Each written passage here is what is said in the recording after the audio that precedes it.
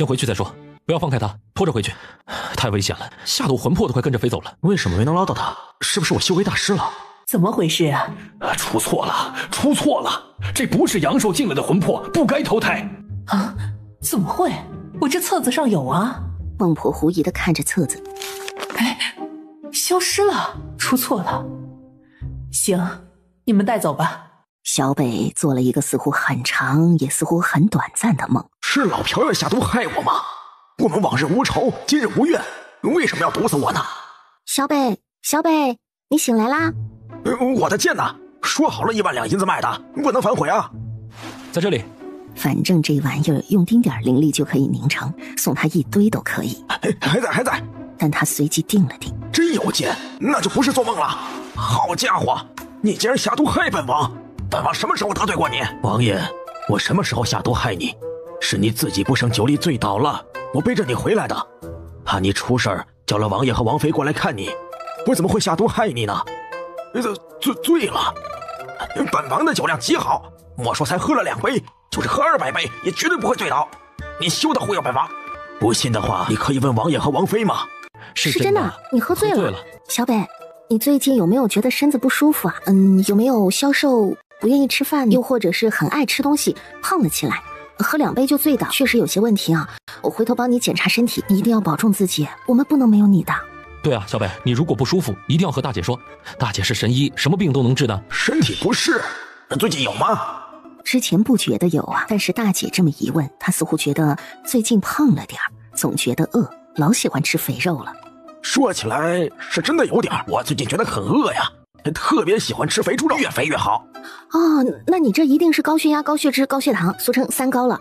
你这年纪啊，不能吃太多肥肉。你看你肚子都圆起来了。3高那严重吗？不严重，但需要注意饮食。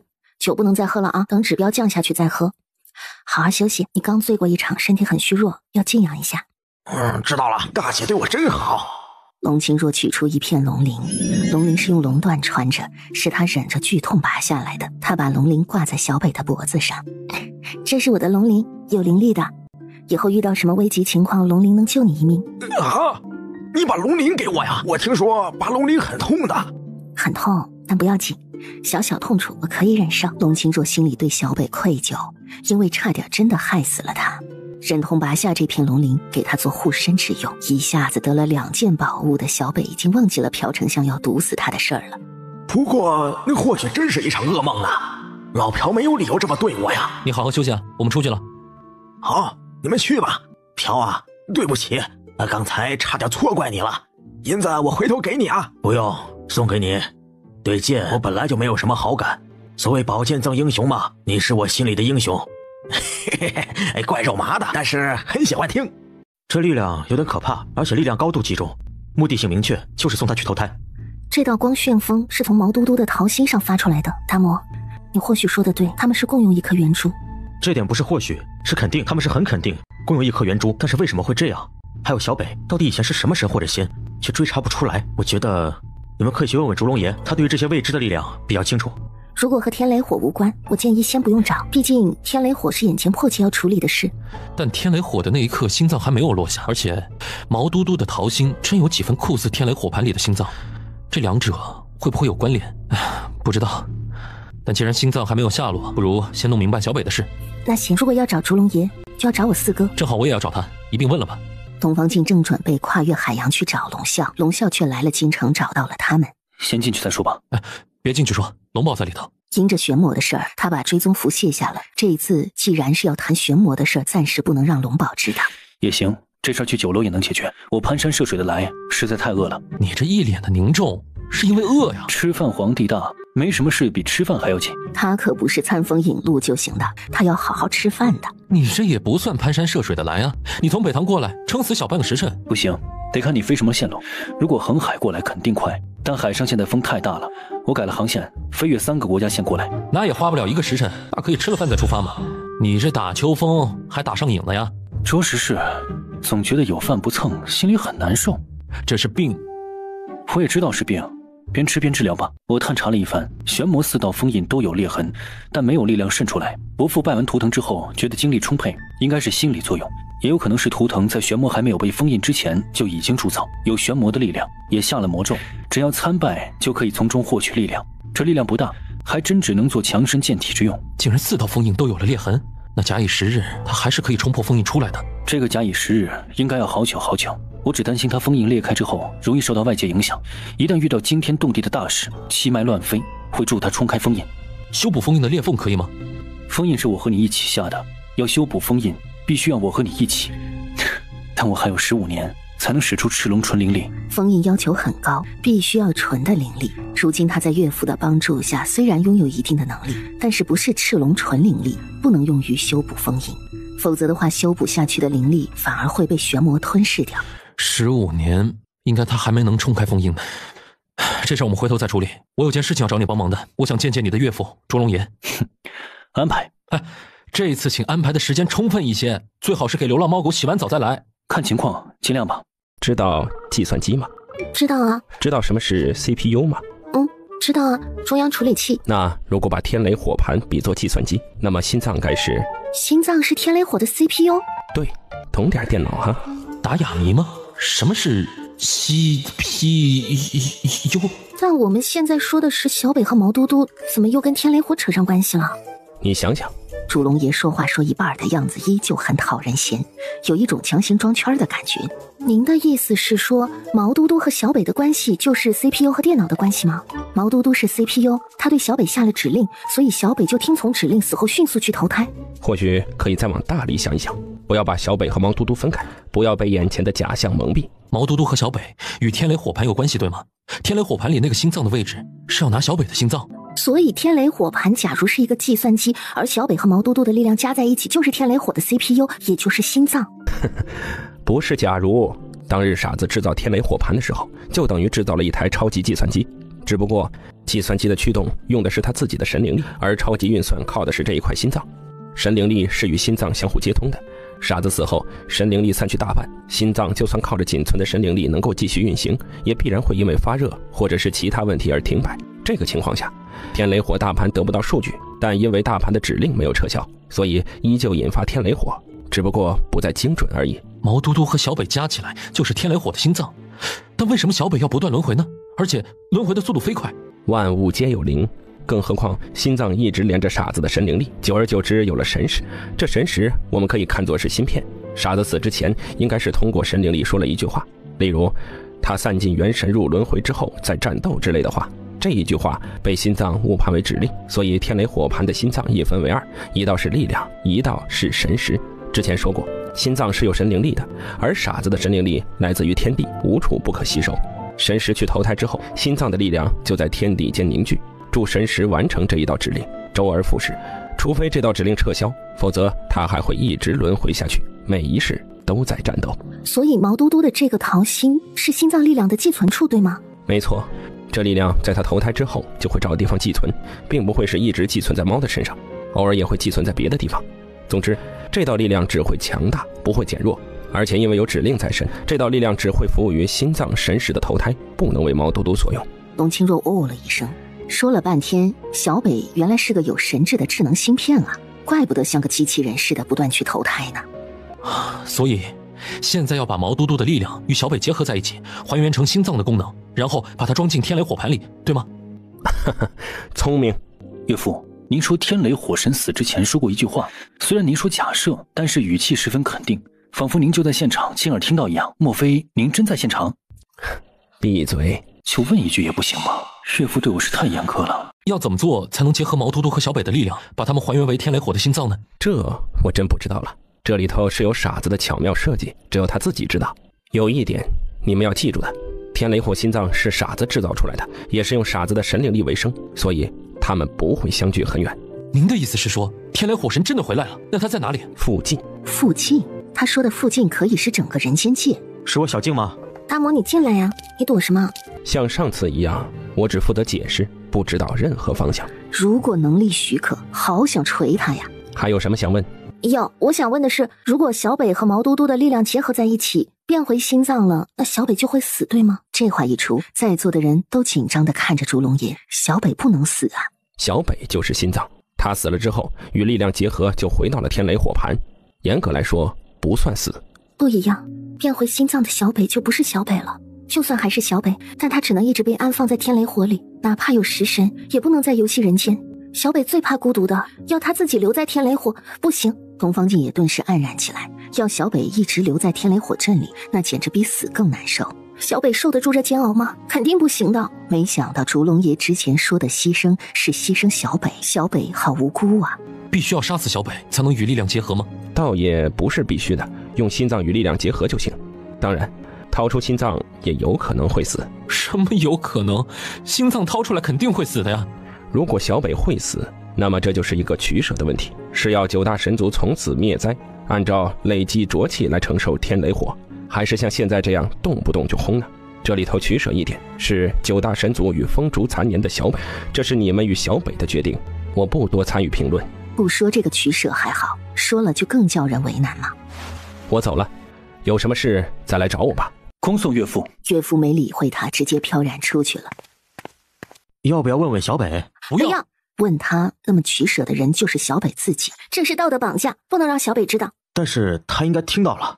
龙清若走出去，他们全部都站在回廊里。不要管那些，当没听过。什么没听过？说什么了？什么都没有，该玩玩，该吃吃，该收魂不能耽误。那肯定啊，我又不像某些人那样消极怠工。小北耸耸肩，转身走了。小北去哪呀？回屋睡觉，天气寒冷，睡足了觉，晚上出去收魂，真是见鬼了！居然不知不觉之中喜欢收魂了。喜欢收那就继续收啊，收一辈子。一辈子？我这一辈子到底还剩多久呢？说这些做什么呢？你当了养鬼差可以增加寿命的。增加寿命能增加多少啊？对于你们来说，就算再给我增加100年，也不过是如白狗过隙，不值一提。是白驹过隙，那你说白狗也行，一样的。你的生命对我们来说从来都不是不值一提，你以后不要这样说。其实啊，就算你们决定挖我的心脏去做那件大事儿，我也不会怪你们的。毕竟你们又是9大神族，又是天雷火的，我这个风烛残年的年轻人和他们比，哪头重哪头轻，你就算不说，我也会分，人人都会分的。小北，我没想过要拿你的心脏。没想过？那就好好想想吧。好。好？你说好？你竟然说好？我是说好好想想是不可能的，我不会牺牲你的。你想都不要想，我不会为你们牺牲的。我也不认识你们9大神族，没给过我什么好处，这么多宝物也没给我一件，我不会把自己的心脏送给你们的，叫他们想都不要想。小北噼里啪啦的骂了一通，便转身跑去了。董清若怔怔地看着他远去的方向，好一会儿才慢慢地抹了一把脸上的口水。哎呀，小北好恶心啊！他一回头看到四哥和小静站在身后，大魔在远远的地方矗立着，反正大家应该都听到小北的话了。放心，我们不会动小北的，也不会让任何人动小北。我知道你不会，我也不会，你会不会？这事儿说肯定是不会说的，毕竟我们也不能这么自私，让小北为我们牺牲。但是没但是。董清若一扇银票，拿着，把你的但是抹去。在你心里，四哥就是这样贪财的人吗？这事儿不能用钱来衡量。我说的但是觉得我岳父说话没说完整，钱财不可露白，危险。我帮你放好，你需要用钱的时候我再给你。他说话一直都没说完整，但你听出什么来了？大家不妨交流交流。场景1，我快要死了，然后我对着自己制造出来的机器说，我要投胎转世，等我转世回来再战，请机器你们放心。场景2，我快要死了，我的朋友前来送终，然后我气若游丝地对我的朋友们说，我如今元神集散，但我丢不下这里，我会尽力去轮回，回来再战，请你放心。这2个场景，你们觉得哪个场景比较合理？第二个。如果是第2个，那我岳父在天雷火神死的时候必定在场。但是他之前说他进不去天雷火，他被傻子前辈拉黑了。他可以撒谎。这么古老的神会撒谎吗？能撒谎吗？他撒谎的。就算可以撒谎，那撒谎的动机呢？他大可以说他在场的，为什么要撒谎说他进不了天雷火？不知道。所以烛龙爷来了给他们解惑之后，又给他们送了一道谜题。烛龙爷为什么要撒谎说他不在现场？有没有可能他就是天雷火神？不是他，是你啊。大魔，你总说我是天雷火神，你有什么根据吗？没啊，我就觉得你是啊。而且烛龙爷也说了，天雷火神就在附近。附近说很近的距离，起码也是在这个王府之内吧。王府之内谁最有潜质是天雷火神？只有你啊。大魔，我们现在不能毫无根据的推测谁是天雷火神，必须要有证据。而且就算我是天雷火神，但我什么记忆都没有，也帮不上任何的忙。四仔，你想到了什么？九仔，我觉得天雷火神临死之前，是不是曾经托付过我岳父什么呢？根据我对岳父的了解，他如果对一件事情上心，那这件事情多多少少和他有点关系。如果没有关系的话，他帮或许会帮，但是连续2、3次的亲自来解答我们的问题，甚至还没有表现出烦躁的情绪来，就觉得很奇怪呢。但如果天雷火神托付他，以他的能力没有办不到的吧？怎么需要我们费尽心思去办呢？还有啊，天雷火盘的心脏真的因为一句话就生成指令，然后让小北不断的投胎轮回吗？但事实确实如此，小北一直在轮回卡 bug。但你们也别忽略他说的那句话，那股力量是伴随在天雷火神身边，才可以不断的吸收天地之气，壮大自身的力量。我现在想，大魔说的话不是没有道理。就在你与玄魔一战，神鹰族和赤龙族都救不到你的元神，而我是因为岳父出手才救下了我，让我投胎历劫，对不对？对啊。但他既然能救我，为什么不能救你？这对他来说难道不是举手之劳的事吗？对啊，他这样做真的很过分。既然能救你，为什么不救我小青？问题就在于他没有出手相救，但是九仔现在凝魂成功了，甚至比我更快。这又说回他为什么不出手相救的原因，是不是他笃定就算他不救，九仔也可以回来？只不过他还没有立完他该立的劫，所以当初才会暂时放任他去。那他到底在整件事情里担任着什么样的角色呢？哎呀，烛龙爷为什么不能说清楚呢？大魔，你为什么这么怕烛龙爷？你是不是知道他的秘密，怕他灭你口啊？我不知道他的秘密。那你为什么这么怕他呀？我是敬爱他，但我觉得是怕。对啊，你知道什么？你快说出来，大家分析分析。我怕他，不是因为你们这事，或者是知道他什么秘密，是我当初修炼的时候走火入魔，杀心起了，是他阻拦了我才没犯下杀念，且因为他的一些言行让我心生恐惧。之后就算再一次走火入魔起了杀心，但每每想起那一次言行，我都能马上冷静下来。是什么样的酷刑让你在走火入魔的时候还能迅速冷静下来？他把我捆绑住，然后幻化出一个我来，每天在我面前磨刀半个时辰，用刀把幻化的我切片，每一片都切得很薄，然后把切下来的肉贴在老虎的脸上，说是做面膜，而且那个幻化出来的我还会发出惨叫声，一刀一声，一刀一声，周而复始，足足3年，弄得我现在看到有人磨刀我都害怕，觉得磨完刀之后就要开始切我了。这手段确实是有一点变态啊，怪不得大魔这么怕他，换谁不怕呀。就这么愁了几天，东方镜觉得不能什么都不做了。既然大魔说他就是天雷火神，那他信大魔，他要坚信自己就是天雷火神。我决定了，我要相信自己是傻子前辈，我要再制造一颗新的心脏，用来取代小北。好。小静，你知道怎么做新的心脏了吗？你真是太了不起了。不知道，毫无头绪。毫无头绪怎么做啊？先确立目标，然后想办法去做，总能做到的。东方镜说的信心满满，但确实一点信心都没有。小北这几天一直都很警惕，总是提防着他们，只要他们一接近，一想跟他说话，他就认为他们是来说服他牺牲自己的。哼，神族真的很会隐忍啊！想跟我打持久战，我一定不会输的。要挖我的心脏可以，等我寿终正寝来再说。只要我还没咽气，谁都别想挖我的心脏。但是大姐还是不说，她便认为这坏人肯定是小静来当。像样，难道我会不知道你一直都帮大姐做那些见不得光的事儿吗？如果你敢来劝服我，我就先剪掉你的耳朵。果不其然，这天已经亥时左右了，他没有出去收魂，外头就传来了声音：小北啊，你睡觉了吗？终于忍不住了，终于要来说了。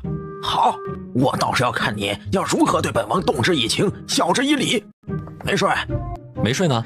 今晚怎么没出任务啊？你不想去啊？不舒服，不想去，反正不是有专属任务。你有脾气快点放，别妨碍我休息。看你怎么说。有专属任务？今晚鬼王令给你派任务了，你不知道吗？当看到地址和名字的那一瞬间，小北如遭雷劈。程大万，跟着他出生入死的旧部下，东方镜亲自来这一趟，也是因为知道程大万和小北的关系。今晚下达任务的时候他就看见了，想着小北应该也知道的，殊不知他却早早睡下，不得已才过来问一嘴的。因为如果他不去，则需要另外安排养鬼差过去，但是一旦安排了其他养鬼差，那小北就一直挂着任务，以后就不能再给他指派任务了。他又跟龙宝说过很喜欢去收魂的，以后不能指派任务，他也会不开心的吧。但最重要的是，这是他的老战友，他亲自去送最后一程，亲自接他走，会不会更合适呢？小北，如果你不想去，我叫青阳去。我去啊，那好，你赶紧去吧，还有大半个时辰。小北失魂落魄地出门去了，出门的时候还撞了一下，可见他心实在是慌乱得很。小北以养鬼差的身份提前来到了程大万的家中，从子孙环绕之中，小北穿过去，坐在床边，轻轻地唤了2声：“大万，大万！”王爷，王爷，您来送我最后一程吗？子孙们听得他看着空气喊王爷，以为快了，便一起哭了起来。我不是来送你的，我是来和你说说话。咱们呀，好久没一起说话了。是啊，我想王爷呀，我想我们那些战友啊，想他们了。大万，谢谢你当年救了我呀！如果不是你，我只怕早就死了。不，王爷，不是我救了你，是我们心存正气，我们是守卫疆土，我们不惜牺牲自己，护住我们身后的百姓。所以，就算不是我去救你，其他战友也会救你。可惜的是啊，那一场战役，我们死了很多兄弟啊。他们死得其所，他们死得光荣。我们打胜仗了，我们守住了脚下的土地，守住了身后的百姓。我们不怕死，我们就怕碌碌无为，活着死后都没有任何价值，这才是最可悲的。大万，你是英雄。不，我不是英雄，我只是一名军人。军人的精神是要坚强不饶的守护，我做了军人分内的事而已，所以死亦何惧。小北大受触动，他曾经也是这样想的，守卫疆土，守护百姓，就是他一生的职责。不是曾经，是他心里一直都是这样想，即便是如今让他提刀上战场，他依旧会义无反顾。还记得我们的老将军吗？乌户战役，他带200士兵去诱敌，此一去便知再也回不来。他去之前说了一句话，王爷还记得吗？我怎么会不记得呢？他说牺牲了他，就能换取大部队进攻包抄的机会，就能打胜这一场仗，把西营人赶回老家。是啊，200人就这么惨烈的牺牲了，但敌人因此中计，我们包抄成功，杀了他们一个片甲不留。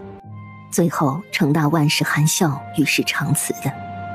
小北在一片哀痛的哭声中收了程大万的魂魄，脚步蹒跚地离开了。小北回到王府，把魂魄交给了东方青。小北，你没事吧？小北一言不发，转身离开了。回到屋中的时候，他才掩面痛哭。龙清若不放心小北，去了他屋中陪伴。小北哭了一场之后，看着龙清若，像是下定了决心般的：“说吧，我知道你们要说什么，挖我的心脏是不是？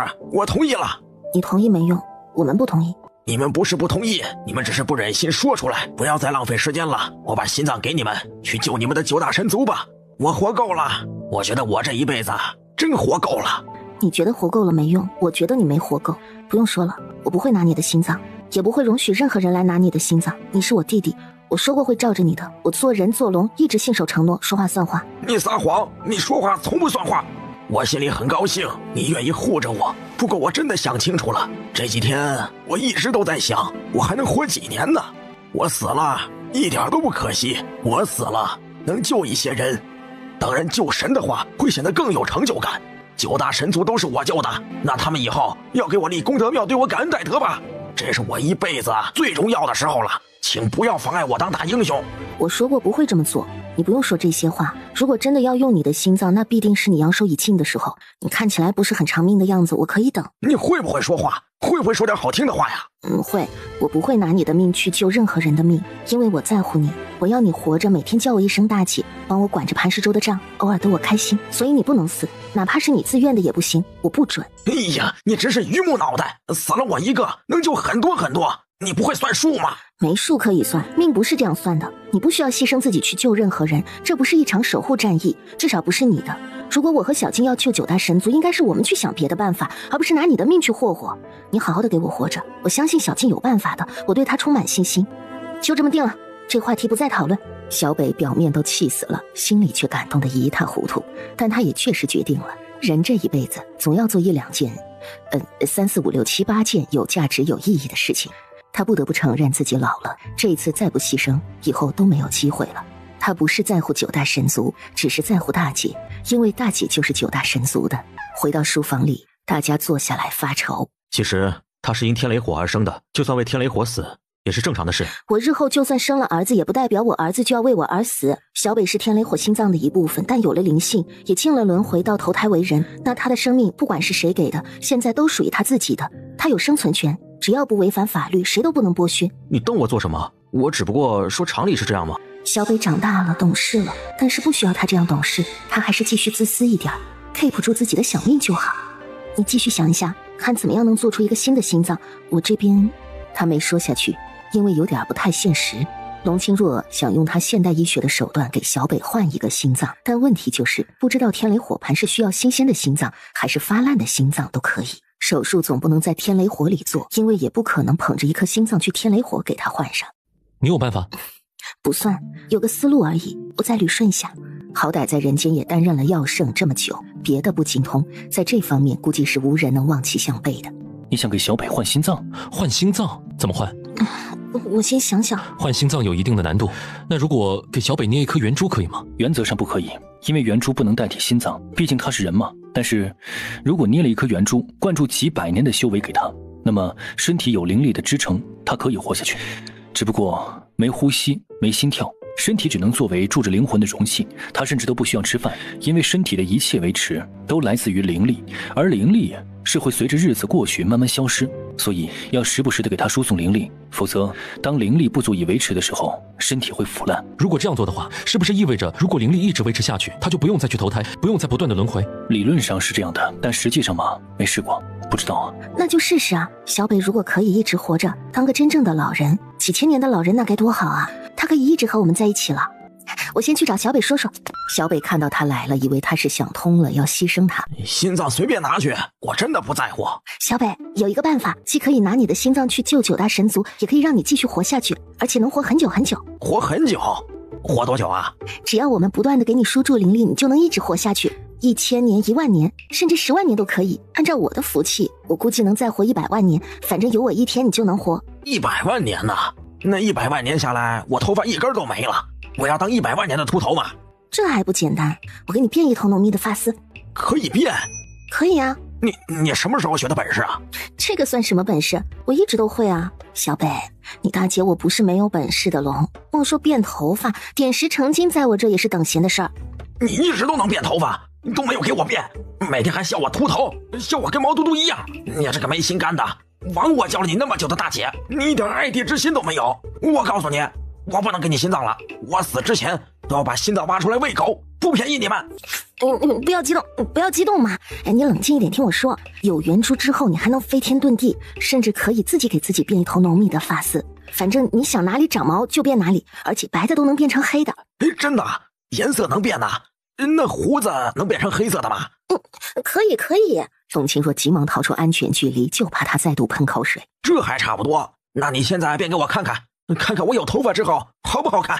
龙清若走过去瞧了一下他的头发，手指染了灵力往秃的地方一抹，便见满头长韭菜似的，一茬一茬的生长出来。生长是毫无规律的，但是回头可以慢慢修剪一下嘛。龙清若也不用剪刀，等头发长得差不多的时候，手指咔嚓咔嚓的在他脑袋上飞。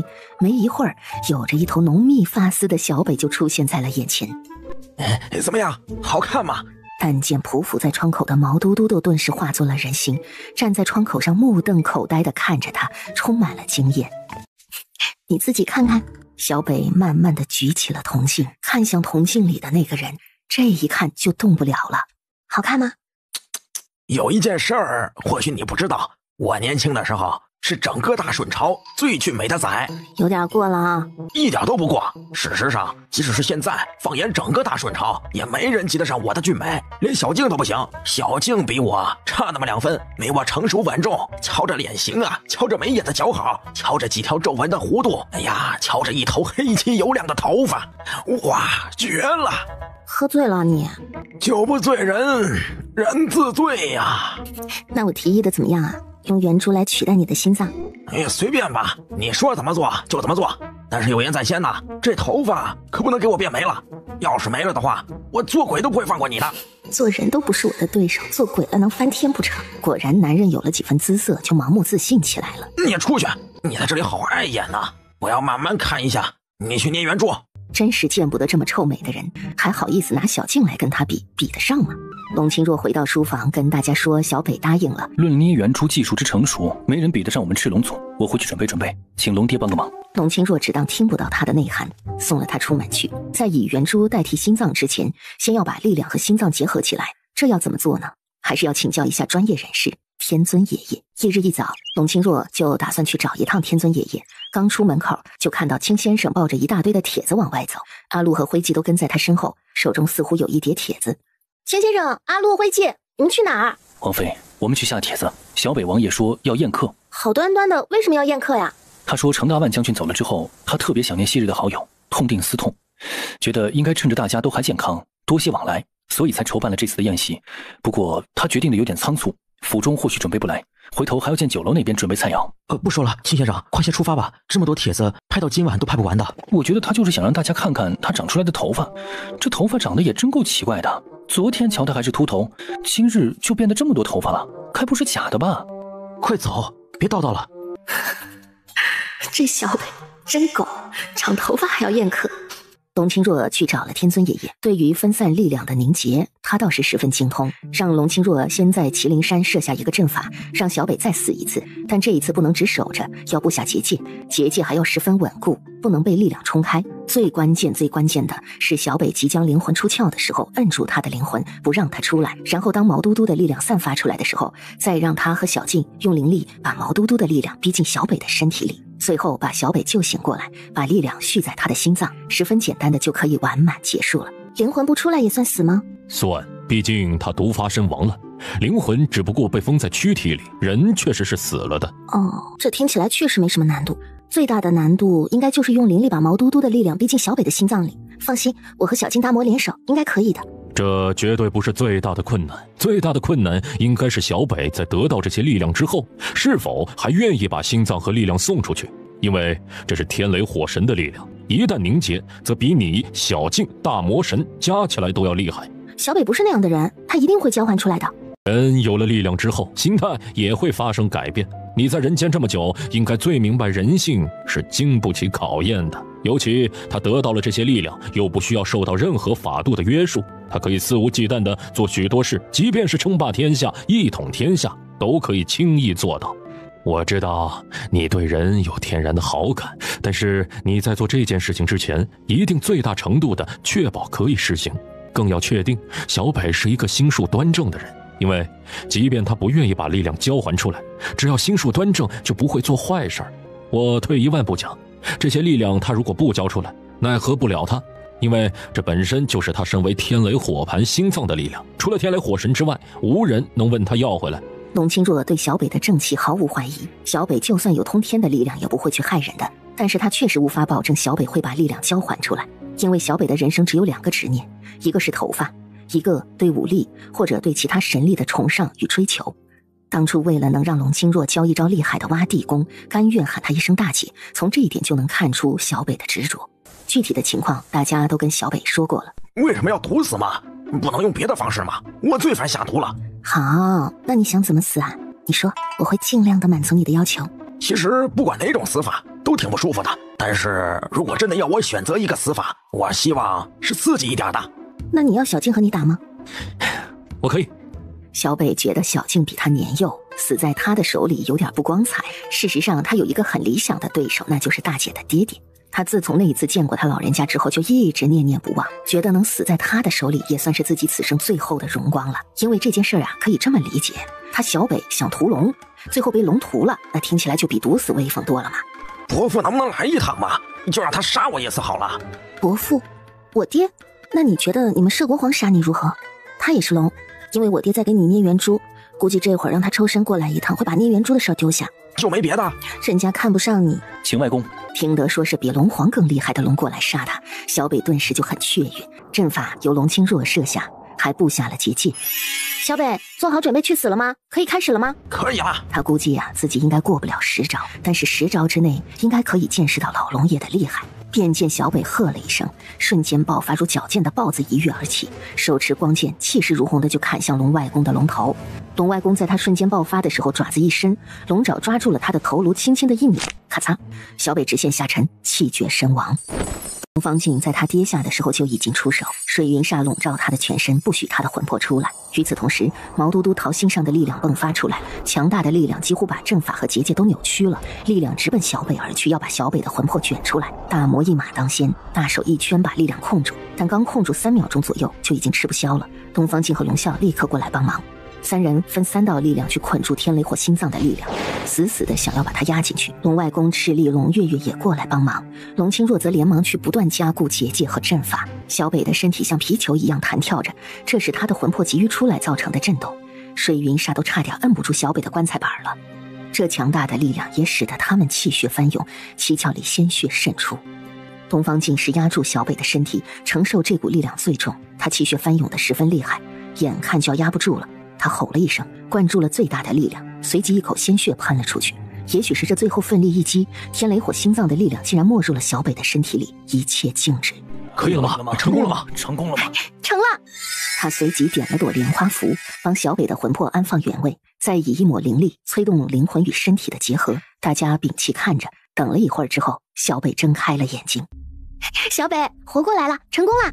正要伸手扶小北，小北却跳了起来。他伸手抚摸着自己的腹部，感觉到有力量在丹田里行走，而且这力量源源不竭，像是里头藏了一片浩瀚的大海。小北，你觉得哪儿不是吗？小北伸出手，一道电光从他手中劈出去，不管什么阵法结界，全部摧枯拉朽般的摧毁。小北无比的震惊，但随即冲天而起，说了一句我走了，便消失在大家的视野外。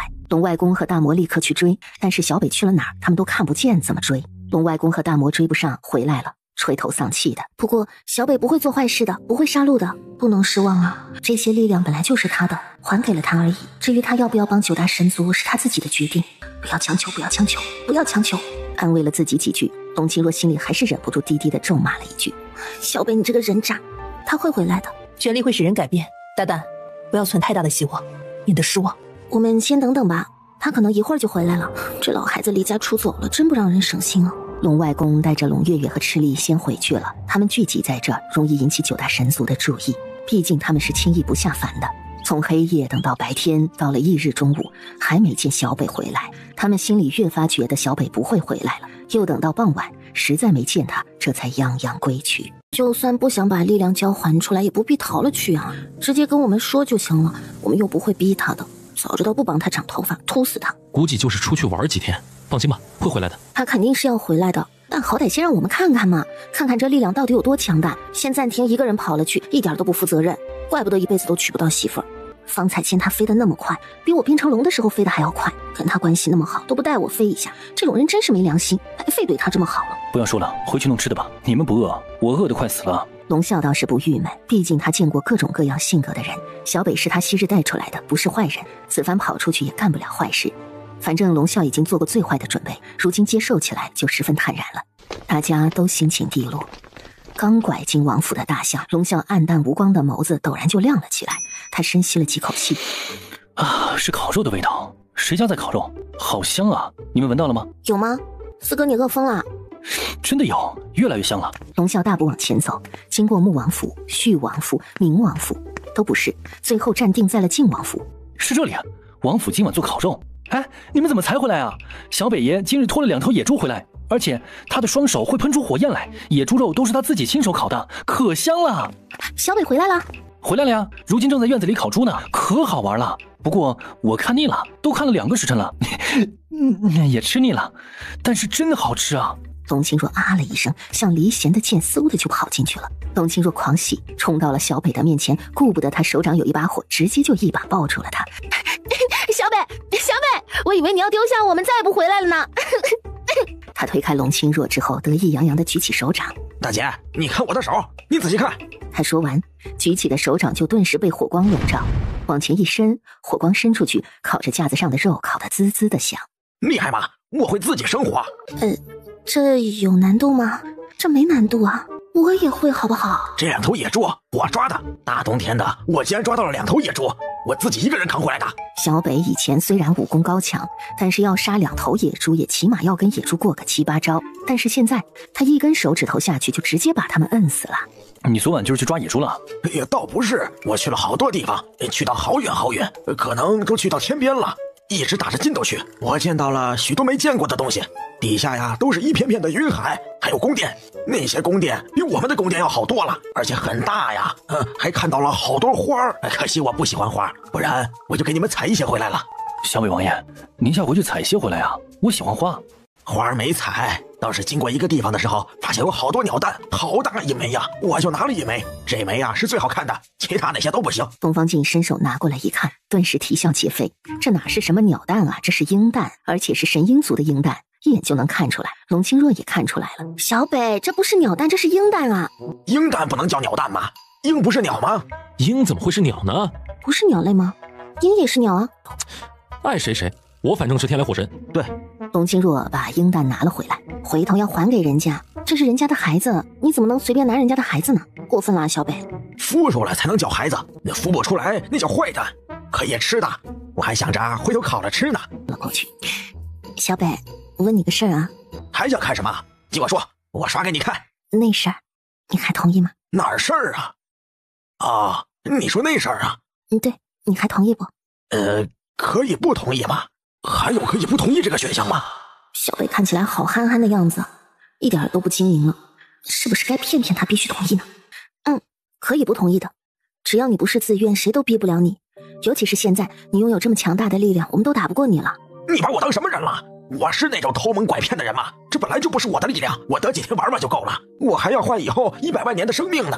但你现在也一样可以活很久很久，而且这本来就是你的力量。不是，我都没修炼过，平白无故得来的，怎么算是我的呀？是你前生。什么前生不前生的，一辈子归一辈子，我最是看不起那些靠前生的力量活着的人了。东方镜和龙啸顿时就垂下了卑微的头颅，简直不能相信他们竟然被小北鄙视了。龙清若有些不甘心，那也是人家前生修炼来的吗？那也是修炼不到家，否则为什么前生会死啊？前生修炼不到家死了，这辈子还要用前生的力量，丢不丢人呐？不吃了，吃什么吃？说完就气呼呼地走了。龙啸捡起一大块猪肉，也面无表情地跟着走了。他们做什么了？可能是觉得有点丢人。龙清若倒是无所谓，耸耸肩。不管是前生的力量还是别人的力量，反正能用就行，谁的拳头硬谁就是王。男人的骨气，你懂个蛋呢？刺儿多多把龙清若拉到一边去。小北爷为什么会突然变得这么厉害的？是不是你给他吃了什么丹药？你说给我吃1颗的，怎么不给了？你还是勤快修炼吧，光靠吃丹药修炼起来的也不算是真本事。说归说，还是给了他1粒丹药。刺儿多多开心地吞下。走捷径多好啊，为什么要辛苦修炼？没出息，看来王府的氛围实在不好啊，大家都想着不劳而获，这到底是谁带起来的歪风恶习啊？一定要狠狠地纠正过来才行。那鹰蛋到底是从哪儿取的？要给人家放回去的？那地方很多蛋，不是在鹰巢里的，丢得乱七八糟的，我以为不要了。丢得乱七八糟吗？按说不会啊，到底是一条生命。龙清若拿了过去给鹰姐姐们看。这确实是丢弃出去的鹰蛋，这是孵化不了的，是坏蛋。是吗？瞧着还蛮好的呀。龙清若见那蛋还有光泽，怎么就是废弃的呢？肯定是蛮好的，因为纵然是孵不出来的蛋，但确实是神鹰下的，所以多少会有点灵力粘在上头，但估计过不了多久就会散去，然后这光泽也会消失。为什么会有坏蛋的？我们神鹰一窝是产2枚的，但是有些会产3枚，多出的1枚基本就是坏蛋，所以会丢弃出去。那就是说你们有双胞胎，但是为什么小庆只有1个？还是说他跟鹰八姐是双胞胎？他不是，阿弟当年也是一窝2蛋，但是有1枚怎么都没有孵出来，就孵了他。另外1枚按照神鹰族的规矩丢在了蛋粉里。不过这枚鹰蛋看起来好大1枚呀，鹰大蛋。鹰王从里头走出来，瞧见南羽手中的鹰蛋，怔了一下。怎么把你小弟也拿过来了？还能找着啊？小弟？父亲，娘一直都在天雷火里，哪里来的小弟？你该不是在外头？说什么话呢？咦，奇怪，竟然还有光泽，还粘附着灵力，这都过了7、8万年了吧？一般的坏蛋100、200年就没了光泽了。父亲，你以为这是阿弟那会儿的双生蛋吗？不会，过了这么久，估计早就没了。便真的还在，您估计也认不出来了。傻乎乎的，自己家的蛋怎么会认不出来？我一眼就认出来了，就是你小弟。哎呀，可惜那会儿没孵出来，7、8万年之后竟然还有光泽，难不成不是坏蛋？但若不是坏蛋，怎么就孵不出来呢？这7、8万年都过去了，如果是好的，早就出来了。龙清若忙从他手中抢了回来。既然是小静的双生蛋，那我要留着当个纪念。东方静听到龙宝说这一枚是自己的坏蛋弟弟，也有点喜欢，捧在了手中仔细的看了一圈，蛋壳里头有一点黑色的东西，而且通体有光泽，真不像坏蛋啊。鹰爹是不是看错了？7万多年以前的蛋怎么还能保持得这么好啊？他们是这样说的，说自己下的蛋自己认的。小北说愿意把力量还回去，那我们什么时候行动？还是要等天雷火来袭啊。必须要等天雷火来了才能进去吗？我们那会儿出来的时候都没路了，你弄了个船，咱飞出来的，能不能循着那条路再飞进去啊？有些门是只能从里头打开，外头是推不进去的。我们出来的路应该也是这样。其实或许路是有的，但我不知道在哪里，因为烛龙爷进去过，他肯定不是在天雷火的时候进去。要不找他问问？可以叫四仔去问问，但是不要抱太大的希望。还是问问吧，反正四哥看起来很是得闲的样子。他不是很得闲，他其实很忙。最近几年或许是闲下来点，但是他看管几个国家的运营，终日东奔西走，也很累的。如今还要帮忙处理天雷火的事。龙宝，他还没元神归位的，你看他可怜的那样子，竟然还要吃饭，让人心疼啊。是啊，瞧着他吃肉时候的凶残，大黄都没他凶残。因为大黄都不曾愁过吃，他愁过。龙啸去找了烛龙爷，没多久就灰溜溜的回来。他只说了一句话：世间本无路，走的人多了才有了路。这也太敷衍了吧，还能不能有点新意了呀？走的人多了才有了路，莫非是要找个人上去走走？找谁呢？哪个人有这么大的能耐，可以通过走走就找出去天雷火的路？大魔不要想了，他就是在敷衍咱们。这话不对啊，他从来不说废话，他说的话都是有含义的，要仔细琢磨推敲。你想吧，回头别把脑子给想坏了。大魔出去坐下，开动小宇宙，慢慢的琢磨着烛龙爷的话。东方静出去坐在大魔的身边。你真觉得打开天雷火的门需要靠人吗？肯定啊，烛龙爷都这么说了，他说的话有他的道理，不是胡乱说出来的。其实你说的也有道理，但是神尚且去不了，人怎么能去得了呢？你们元神归位之前也是人呢，龙四仔也还是人呢，你们还都能去，还闯过了天雷火，而且难道你不觉得你们进去要比我们容易一些吗？不啊，外婆那一次我就死活进不了。那一次估计是你错过了最好的时候，但现在我们不用经过天雷火去，我们是要开辟新的道路。我刚才说的话只是为了反驳你人不能进去这个道理，人是可以进去的。有道理，但是也要找有本事的人才行啊，不是随便的人都能进的。所以要找有本事的人啊，让他们去走走，看看路在何方嘛。四仔，要不你再去一趟，就跟烛龙爷说我们现在在物色一些有大本事的人，让他们去探路，你看他怎么说？其实如果有的选择，我真不想总是去找他。也不知道龙是不是有更年期啊，年纪大了脾气也越来越坏了。忍一下，女婿在岳父面前总是要受点委屈的，谁让咱把人家女儿拐走了吗？回头呢，我给你补偿补偿。不是不想要你们的补偿，实在我绞尽脑汁也找不到再拿钱的理由。我还是有点底线的，毫无原因的给钱我是不要的。说完，悲催的又踏上回去面圣的道路。岳父，是这样的，我们打算找一些本事大的人去寻找一下天雷火的路。您不是说过吗？世间本无路，走的人多了才有路。我们相信您，对您的话一定会执行到底的。恩的意思是这法子可行？必须是人。多谢岳父指点迷津。走吧，我忙。那我回去办事了，您继续伺候他们。他站起来，忽然觉得有些异样，回头瞧了岳父梳理毛发的手指。岳父，您给他梳毛为什么要用灵力啊？多到用不完。也没必要这么浪费嘛。话太多了，屋里有西瓜，要不要拿一个回去？都是那些话多的人种出来的。对不起，我不问了。岳父保重。龙啸一走，烛龙爷又继续梳毛，口中念念有词：快快长大吧，长大之后就去历练灵魂。天雷火修复之后，就不再像之前那样无端被轰一场了。你们呢，算是命好的，好多你们的同族都救不回来了。大魔，你说的没错，他摁了好几声，确实是要找人去开路。那肯定，他说的任何话，做的任何事，都是有意义的。真的呀？那我们去哪儿找有异能的人？一定要是人吗？小静现在也还有人的身体，她算不算是人？你能变回神鹰吗？能啊，我给你变一下。不用，你不是人，你能变回神鹰就不是人了。我们要找真正的人，你也不是人。我知道，我想问的是，什么样才算是大本事的人呢？你问清楚了吗？没问。你怎么不问清楚一点呢？他下逐客令了。主要是他请吃西瓜，实在不敢再问了。我所理解的大本事的人，必定是和一般的人不一样的，武力值要有，脑力值也要有。总之啊，就是集才能智慧于一身的人。龙啸倒是沉默了一下。四仔，有合适的人选吗？倒是认得2个，但是他们的身份比较特殊，拥有大本事的原因也比较特别。那你说说，怎么特殊，怎么特别？首先，他们的身份是皇帝和皇后；其次，他们拥有大本事的原因是药物导致的基因变异。不过这问题应该不大，因为不管基因如何变异，都是激发他们自身的潜力，把他们的潜力发挥到极致，才有了这本事的。最重要的是，他们要100%是人类，因为你岳父说过一定要人类。这一点应该没有怀疑了。四哥，你糊涂了。既然是皇帝，怎么会是普普通通的人类呢？投胎转世有翻身的，便是人类。而且，你也没了解咱们赤龙族的规则。如果天赋异禀的人类，也是可以被挑选出来当皇帝的，不一定要是赤龙，反而有些赤龙都没人家本事。大部分赤龙都没有当皇帝的潜质。哪国的皇帝？北唐的帝后宇文浩和袁清灵。倒是听过他们，知道他们的一些事情。袁后似乎是精通医术的，和我们家龙宝一样。袁清灵可以，从异能上来说，他比宇文浩要好，但是他要服用一些药物来抑制异能，这跟他曾经服用过一种大脑开发的药有关。这药让他的大脑开发到了一定程度，能力几乎和我们神族差不多。当然他是没有灵力的，一切全凭意念控制，意念就是脑电波释放出来的力量。你不用跟我解释意念，我知道是怎么回事。其实袁清灵的名字，龙清若如今回想起来，似乎听研究所所长小杨说过，他研发的药虽然最后没推行，但是只要研发出来的他都可以得到。等以后有时间，龙清若可以拿出来和袁清灵再研究研究，改良一下，或许就能用于治疗疾病了。毕竟激发自身的力量与身体的疾病对抗是最完美的事情。至于宇文浩，他或许不行，他也是因为用了一种药变成这样的，而这种药貌似就是你研制出来的 LR。 啊，那种药竟然给人用了？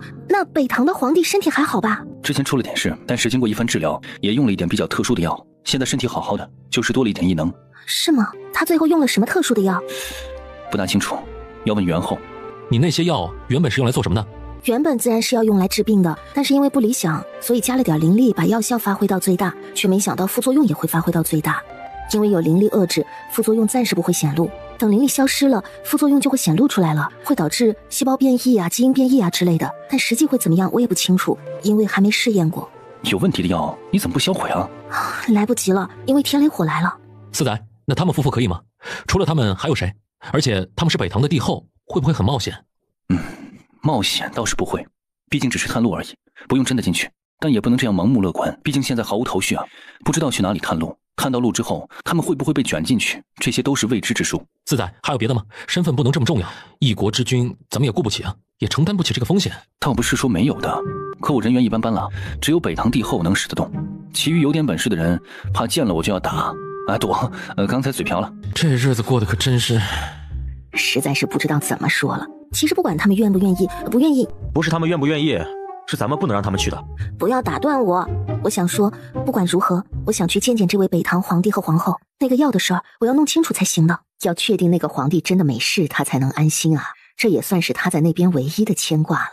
龙啸确实也有些担心北唐皇帝，因为他此番历劫的本家就是北唐皇室，北唐的皇帝是他的侄孙，而最重要的是，他最后一劫是要在北唐走完的。北唐也耗费了他不少的心血，可谓是偷蒙拐骗，所有的手段都出齐了，才能在当日稳住北唐局面。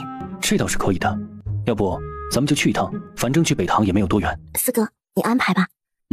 去可以，但是有言在先，不能空手去。这真不是我贪心啊，实在是有难言之隐呐。不能空手去，那我们就满手去吧。这位便是我北唐的皇帝宇文浩，这位是北唐皇后袁清灵。东方镜和龙清若上前见过。这位叫大魔，我们的朋友。袁皇后看向大魔，大魔便弯下腰，要像人类一样鞠躬行礼。刚好袁皇后的手伸出来，摸到了大魔的脑袋。或许是大魔的头发异于常人，所以袁皇后下意识地再摸了一下，眼底带着异色。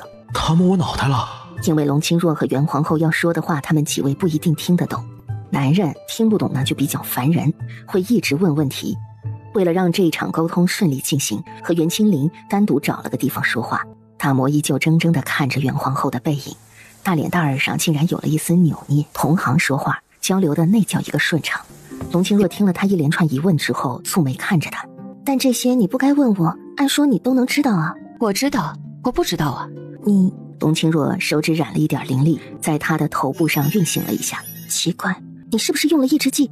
是的，用抑制剂的前因后果，袁清林当即如实告知了龙清若。因为自身无法承受药物不断开发他的大脑引发的后果，所以必须要用抑制剂。如果他用了抑制剂，那么他的意念控制也是被抑制的，换言之，能力也是被控制了的。以他现在的状况，未必能探得出天雷火的路。不过，龙清若可以帮他解除对抑制剂的依赖，以后不需要打抑制剂，而且意念和异能也可以由他自己控制。龙清若也可以治好宇文浩，让他之后不必再面对危险。这就牵扯到谈条件上了。如果龙清若帮了他们夫妇，那他们夫妇就要帮忙探路。可等龙清若说出要请求他们办的事，没等说要治好他们，袁皇后便已经答应下来了。她说：“我可以去。”这么快就答应了？你不提要求吗？我可以治好你们。这不是交易，你如果可以治好我们，一定会施以援手。至于探路救9大神族的事，涉及到这么多条，我能帮也绝不袖手旁观。龙清若真的是太喜欢他了。龙清若自己也羞愧了一番，因为他是藏了小心思的。他要出手帮他们夫妇解决问题，但是他想让他们签下保证书才出手。为了这个龌龊的想法，龙清若出去之后就狠狠地打了自己2巴掌。他们暂时在北堂住了下来，你等着看人类的力量到底有多强大吧。那会有多强大呢？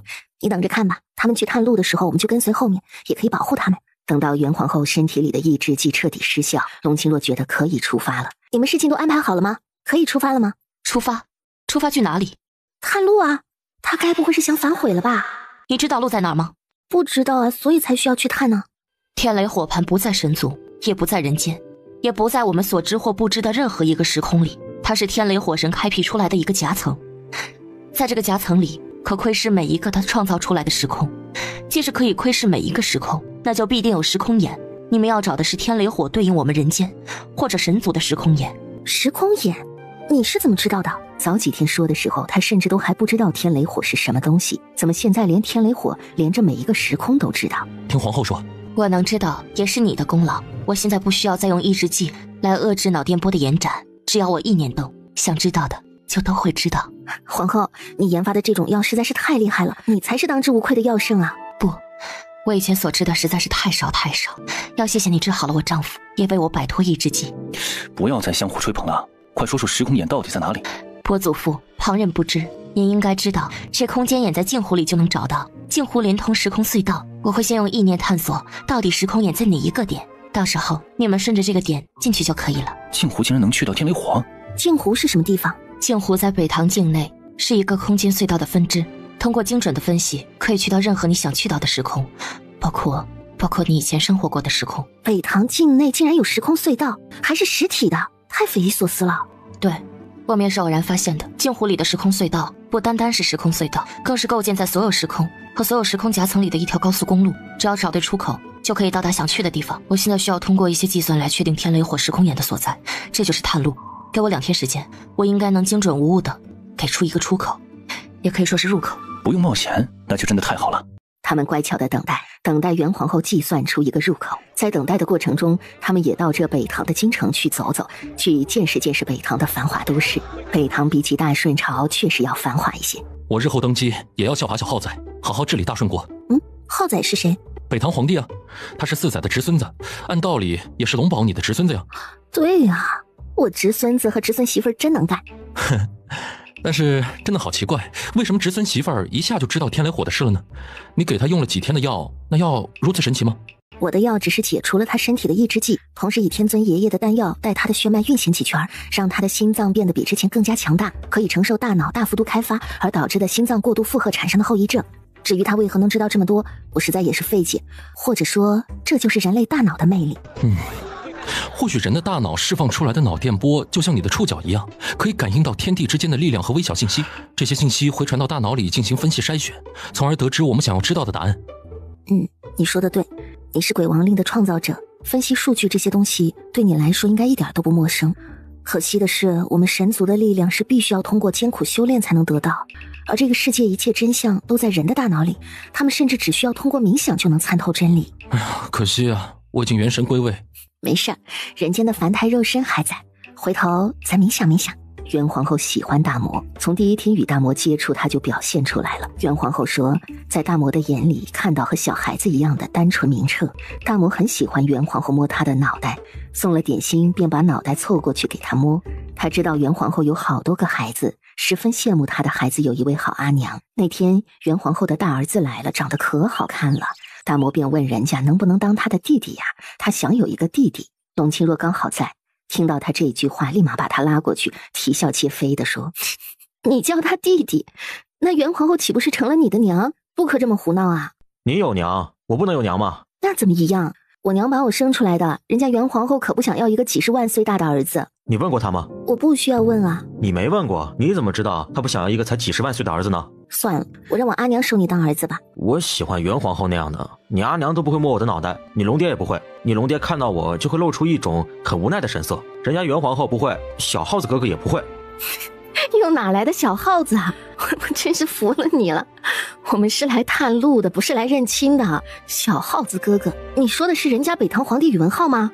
我的天哪，你有什么脸叫人家哥哥呀？大魔听了这话，伤心的扭身走了。董卿若也怔了怔，不是几十万岁了才想要找阿娘疼吧？董卿若看向身后，东方静躲在圆柱后面，没敢参与他们这个如此敏感的话题。等大魔走远了，东方静才出来。大魔之前问过我有娘是什么感觉，他说他没见过自己的娘，好想知道有娘是什么感觉。董卿若眼底顿时就涌上了雾气，心疼大魔的。董卿若和东方静去逗他开心，但是大魔说了一句十分有人味的话：当野心一旦生出，便如燎原之火，再也灭不了了。你这不是野心，顶多算是渴望。大魔，咱换一样，要不给你娶个媳妇儿？不要，娶媳妇儿有什么好的？娶媳妇儿好啊，你看我有龙宝多幸福啊。对啊，我有小静也很幸福的。但是我也有龙宝蛋，也有小静啊，我有俩。不一样，你和我们是朋友，但是我和龙宝是夫妻。夫妻和朋友有什么不一样吗？也是一直在一起啊。怎么一样啊？你们说说有什么不一样的？我们现在白天在一起，晚上有时候也在一起，出去一起，回来一起，商议事情一起，去天雷火一起，有什么不一样啊？东方静和龙清若对望了一眼，貌似真的是一样的，难不成夫妻就是朋友？但还是有点不一样，夫妻是睡在一起的，朋友不会睡在一起。这还不简单？今晚我去跟你们睡。则不说了。找到了，我到时候会带你们去，因为这入口我跟你们说，必定说不明白。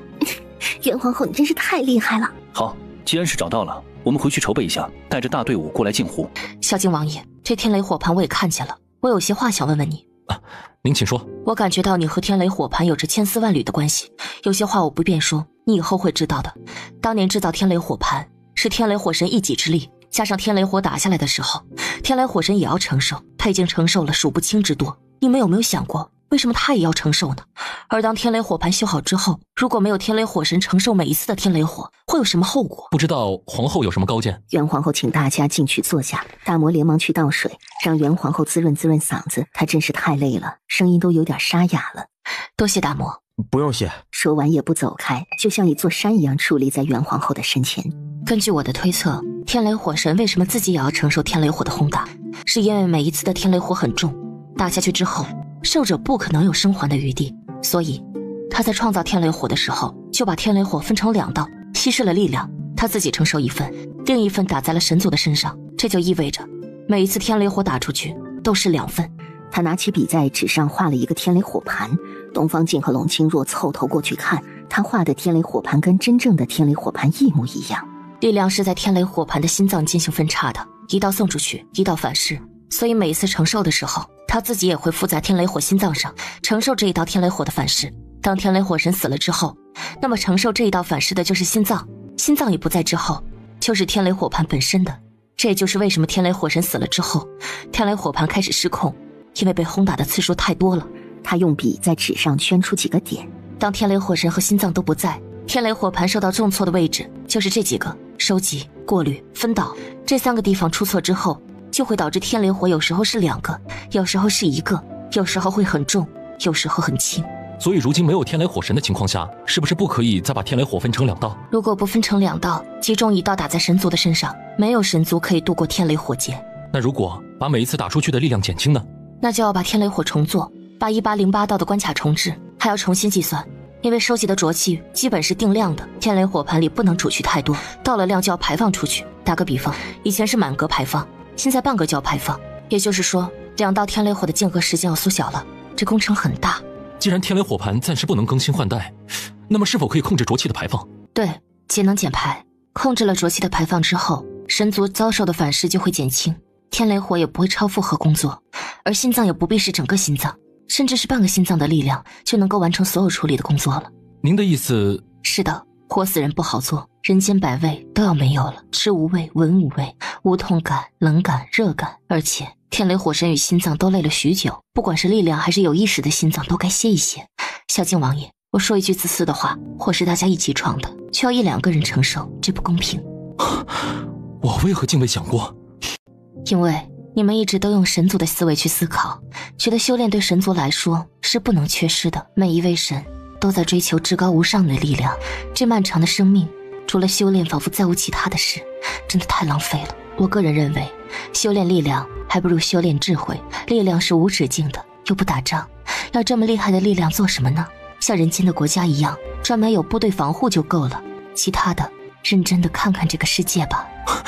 听君一席话，胜读10万年的书。多谢元皇后，我等先回去成立监察队，再修复天雷火，届时还请元皇后带我们去时空眼入口。好，他们回国之后又商议了一番，才去了神族召集他们过来开会。正如东方镜和龙啸所料，花神族和赤狐族都不同意限定修炼。不要怪我没事先警告你们，现在天雷火盘里积聚了不少你们赤狐族和花神族的浊气，藏在天雷火空间里，等待入天雷火盘分流。一旦分出来，你们或会惨遭灭族之灾，这后果你们是不是承受得起？哼，别在这里危言耸听，我们都了解过，当年那所谓的灭族之灾，起码是有上百万年的浊气累积，而且那一次之后，已经把浊气全部处理了。你们这样说的目的，就是为了限制我们修炼，因为你们7大神族加起来都没有我们和花神族强盛，若没有限制修炼，假以时日，我们赤狐族与花神族便有一统9大神族的本事。哼，你们是怕了，所以才想出这样的馊主意。话都说到这份上了，也没什么要说的。但是东方镜还是问了一下花神族领主：“你确定要和他共同进退吗？你确定要退出天雷火盘吗？”花神族领主是得了赤狐皇后的帮助，才巩固了自己花神族的位置，所以他丝毫也不犹豫。我们花神族与赤狐族共同进退，我们都同意退出天雷火盘。退群之后想要再进来就不可能了，你们要考虑清楚。还有，你们能代表族神吗？他们是不是都同意？我自然可以代表他们，我们不愿意放弃修炼或者限定修炼。他这话一出，跟着他来的赤狐神也表示支持。花神族那边见赤狐们都表态了，也纷纷表态附和。打开赤龙门，让他们走。毕竟关乎2族许多神的性命，此时由天尊出马，奔走于2族之间游说。天尊不是单独与领主和皇后谈，而是在花神族和赤狐族上空发了广播，阐述了反噬的危险。反正就静待3天吧。3天之后，不管他们的决定如何，也要修改天雷火盘了。毕竟还有7大神族在呢，总要保障他们的安全。本以为他们不会做出什么改变，但是3天之后，花神族和赤狐族竟真有一些神脱离了出来，2族成立了一个新的神族。而最让大家意外的是，赤狐皇竟然是这一次的发起人。他也奋力救出那些被困的神，救出来之后去了花神族动员了一番，花神族也有一部分神参与。他们在期限之前来到了赤龙族，龙皇忍不住问他：赤狐族到底是怎么回事？你怎么会让皇后掌权了？是我昏庸，竟不知道他早就串通了长老们夺位，我原先的皇后还有我的女儿都被他害死了。等我知道的时候，他已经大权在握，若不是我还有心腹，只怕这一次也来不了。似乎比原先更光了一点。那是当然，我给他注入了一点灵力，竟然都吸收了。真的？那会不会孵出来？不知道，但几万年都没孵出来，基本就是坏蛋了。坏蛋你还要啊？扔了吧。不知道元皇后现在在做什么呢？跟你有什么关系？大魔，你变心了，你现在都不跟我好了。不是啊，我还是跟你好好啊，我们是好朋友，一辈子都是。龙清若看着他，便跳起来伸手去摸他的脑袋。你喜欢摸脑袋，那我摸你的脑袋是不是跟元皇后一样啦？都不是像你这样的，你一点都不懂温柔。你以后不要碰我的头发，不舒服。不碰就不碰，谁稀罕？真是狗咬吕洞宾，不识好龙心。反正还没开始，我去一趟北堂。大魔说着起身便走了。你去干什么？我就是去看一下，看一眼我就回来了。大魔怕他追上来，一下子就消失了。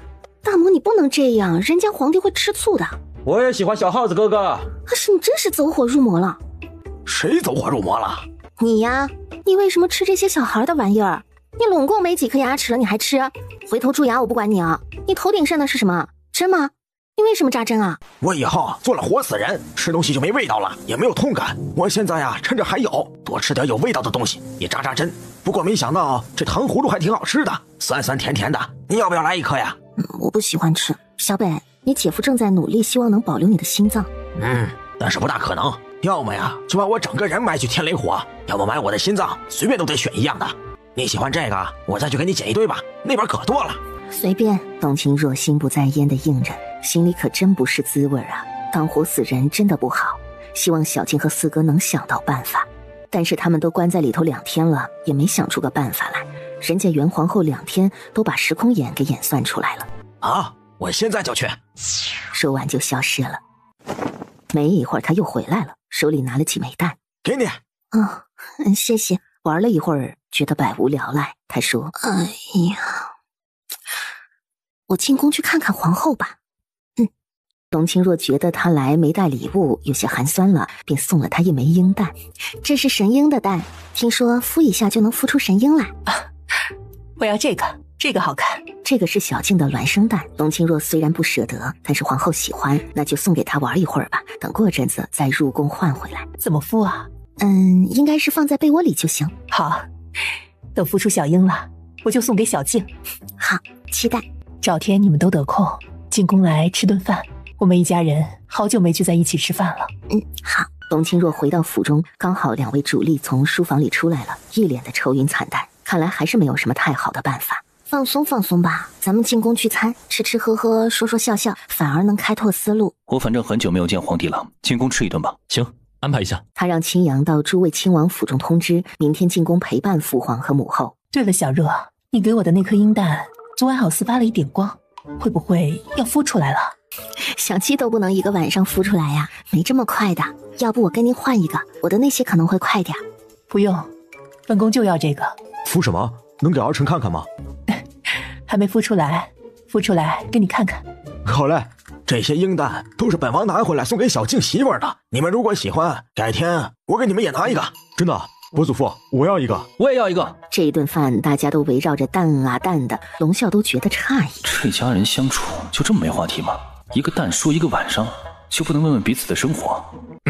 好了，朕有话要说。大家齐刷刷的把目光凝聚在他的脸上，眼底充满了期待。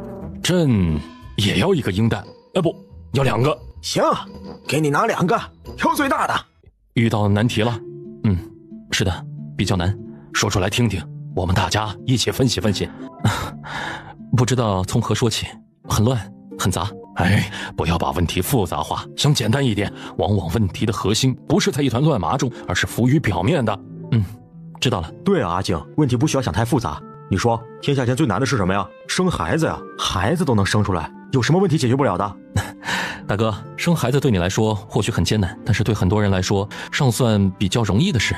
你误会大哥的意思了，大哥是想说呀，你说怎么一个人的肚子里就能生出一条生命来呢？这生命是怎么形成的？你看你大嫂肚子现在隆起来，但你能想象几个月之后有一条生命从里头出来吗？他会和我们一样成为一个人，独立行走，会说话，会办事儿，有喜怒哀乐，但他现在就是肚子里的一块肉而已啊。东方云说的杂乱无章，但是东方静听明白了。东方静心里头忽然闪过一个念头，猛地抬起头看着龙啸，龙啸也在同时间抬起头看着他。大蛋，你身上的鹰蛋拿出来，有用。有用？有什么用？有，所有的鹰蛋全部给我。我的也给你。皇后的鹰蛋一拿出来，就让大家觉得吃惊无比。才放在皇后身边1个晚上，怎么就变得这么亮了？从里头发出一种奇特的光芒来。今日一早本宫起来的时候还不是这样的，就是昨天晚上闪了闪光。不就是注了一点灵力吗？怎么变成这样了？莫非我的灵力已经高深到我自己都无法理解的地步啦？这该不会是要孵出来了吧？龙啸接了过来，放在耳边仔细听了听，这一听便有些发怔，不是生命的迹象，是一种巨大的能量的波动。甚至发出了呼呼的声音。放在灯上照一下，看看里头有什么。虽然放在灯上未必能照出什么来，但是龙啸还是把它放在了火焰上。这一枚鹰蛋置在火焰上，里头的东西一点都没能映出来，倒是因为火光的照射，让这枚鹰蛋显得尤其的迷人，色彩越发的鲜明，而且淡光流转。要不我再暖一个晚上，兴许明天就出来了。不会，孵不出来，没有生命的迹象，倒是仿佛蕴藏了强大的力量，但是一枚鹰蛋不会有这么强大的力量。其他蛋不会有这么大的力量，但是这是小静的兄弟啊，小静和一切奇迹都可以扯上关系的。我们先回去。这个时候要找大魔来问问。大魔虽然单纯，但是他其实懂得很多，只要问对了问题，大魔就能解答的让大家满意。你总说九载是天雷火神，我问你，他没有天雷火神的力量，天雷火神的力量去哪里了？没元神归位，自然就没力量了。但是我们神族如果没有元神归位，元神散开游离于三界之中，等到归位的时候再凝聚回来，那么天雷火神的元神和力量会散落到何方呢？也是和我们一样漂浮在三界吗？天雷火神是上古之神了，他没有办法保存自己的力量？当然可以啊，但我不知道他保存在哪里。那如果九载是天雷火神，他入神婴胎的时候，有没有可能把力量带入胎呢？这可能性比较大，他是死于10万年以前的，等了3万年才入胎。这3万年足可以让他把力量全部凝聚过来，带着元神和力量寻找新的神体寄生。天雷火神和我们不一样的，他是天地凝生，所以不管他去到哪里，以什么方式都可以吸收力量。我们或许需要力竭，需要帮忙，但他不需要，给他足够的时间，他可以自己回来。小静很厉害的。对啊对啊。莫非这蛋里真的储存了他的力量？那我们把这蛋打破，是不是可以把力量给他呢？如果蛋里隐藏了他的力量，那你是无论如何都打不碎的。用灵力应该可以。试试。不行的，打不碎，没到出来的时候。那岂不是得物无所用？还不是时候。那什么时候才是时候呢？等他可以破壳而出的时候，你感应一下，能不能感应到他的力量？东方镜把鹰蛋放在手中，放空思绪。排位。这一闭眼，便顿时觉得自己置身于风暴之中，呼呼之声在心头震起，吓得他连忙就睁开眼睛。小静，怎么样？你看见了什么？我觉得这里头比天雷火还要更吓人，好吓人啊！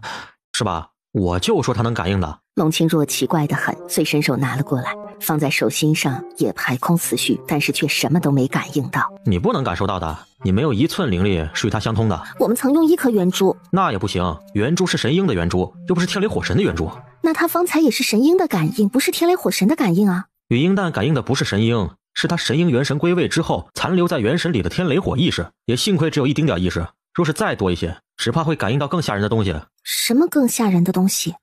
我不知道怎么跟你说，你可以飞去别的星球去感受一下，那些咆哮的力量，那些席卷一切的风暴，尤其是那个叫阿木的星球，那个大红斑就是风暴，从不止息的风暴。天雷火神的力量有一部分就来自于这些宇宙深处的风暴。谁跟你说这些的？还星球呢？烛龙爷啊。他什么时候跟你说的？就是这一次我去北堂啊，他也在北堂。他去北堂做什么？他说探亲。他在北堂竟然还有亲戚，我为什么不知道？是什么亲戚啊？他的女儿啊。是烛龙爷跟你说这个鹰蛋藏着天雷火神的力量？没说鹰蛋，我就是见到了他，连忙问他天雷火神的事儿，他便跟我说了足足有3大句话那么多。他也认为小静就是天雷火神的。他直接说小静是天雷火神？倒不是直接说的，我问他小静到底是不是天雷火神，他看了我一眼，我觉得那个眼神充满了肯定。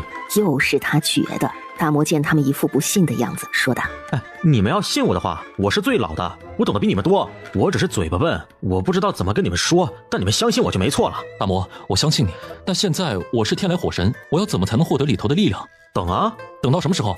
等到力量可以破壳而出的时候啊。但我现在想用这些力量啊，现在天雷火是最重要的，这个时候用不上，以后破壳而出的时候我也不需要了呀。傻小静，这力量什么时候都用得着啊？你以为你的鹰生就这么一个困难吗？困难是接踵而来的。接踵而来这个成语用得好。烛龙爷说的，他原话是什么？就是说解决了天雷火之后还有困难啊，但是他说小静都能解决的。继续养蛋，他们要不断的给鹰蛋注入灵力。经过不断的持续投资，6枚鹰蛋竟然真有1枚露出了成功的苗头。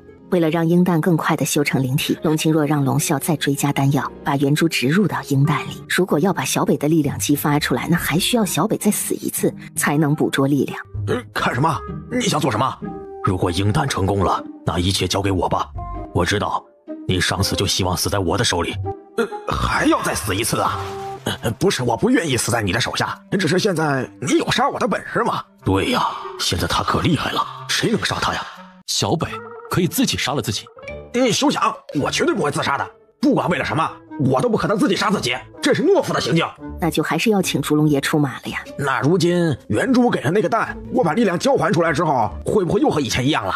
我不能活100万年了吧？可以啊，又不是把你所有的力量要回来。到时候是这样，你死了之后呢，我们把你的力量逼回来，再把力量一分为2，你留3成，你鹰蛋要7成，你还是可以保留一定的力量的。那还成，其实莫说3成，就是1成的力量也很厉害了。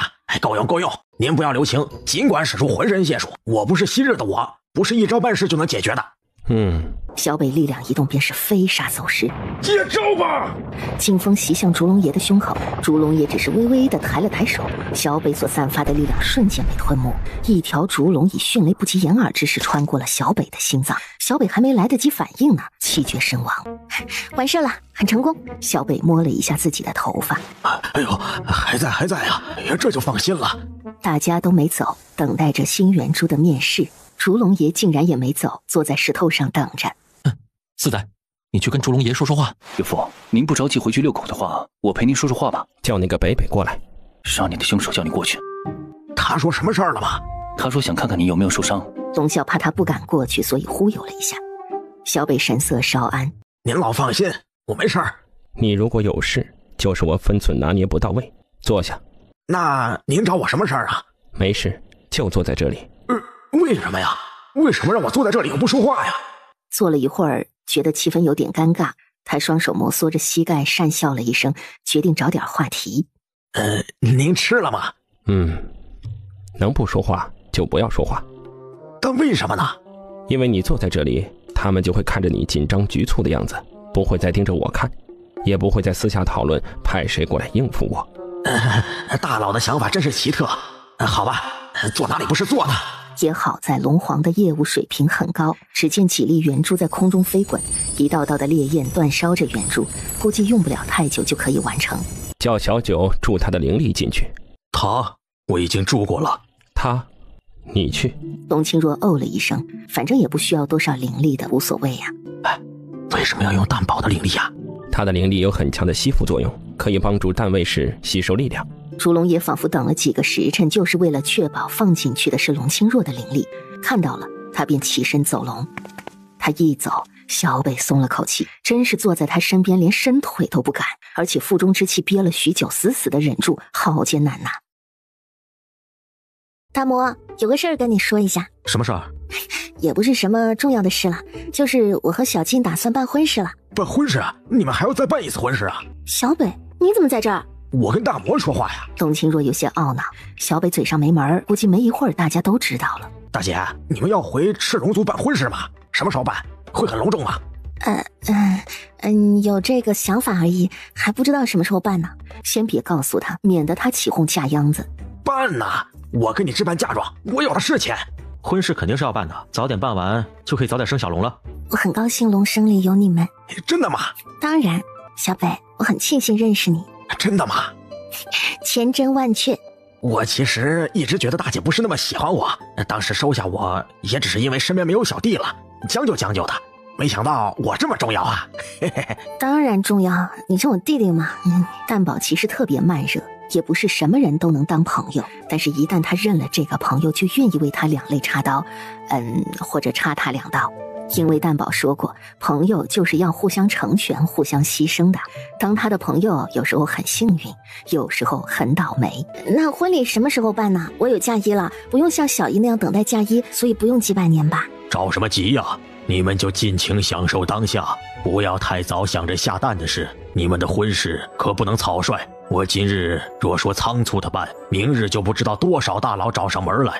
你在外头招惹下多少大本事的神，你又不是不知道。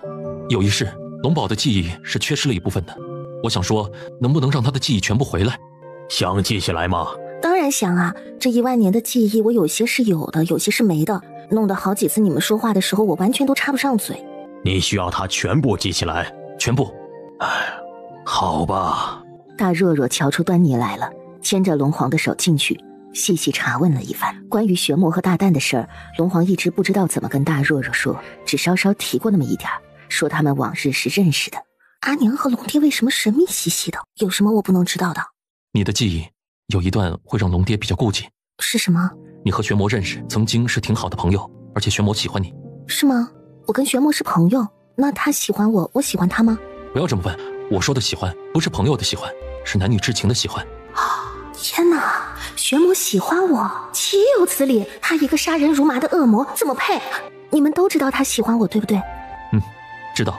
那他杀戮那么多，和喜欢我有没有关系？没有关系，你不要乱想。有没有关系，他很快就要记起来了。他装作不在意的样子。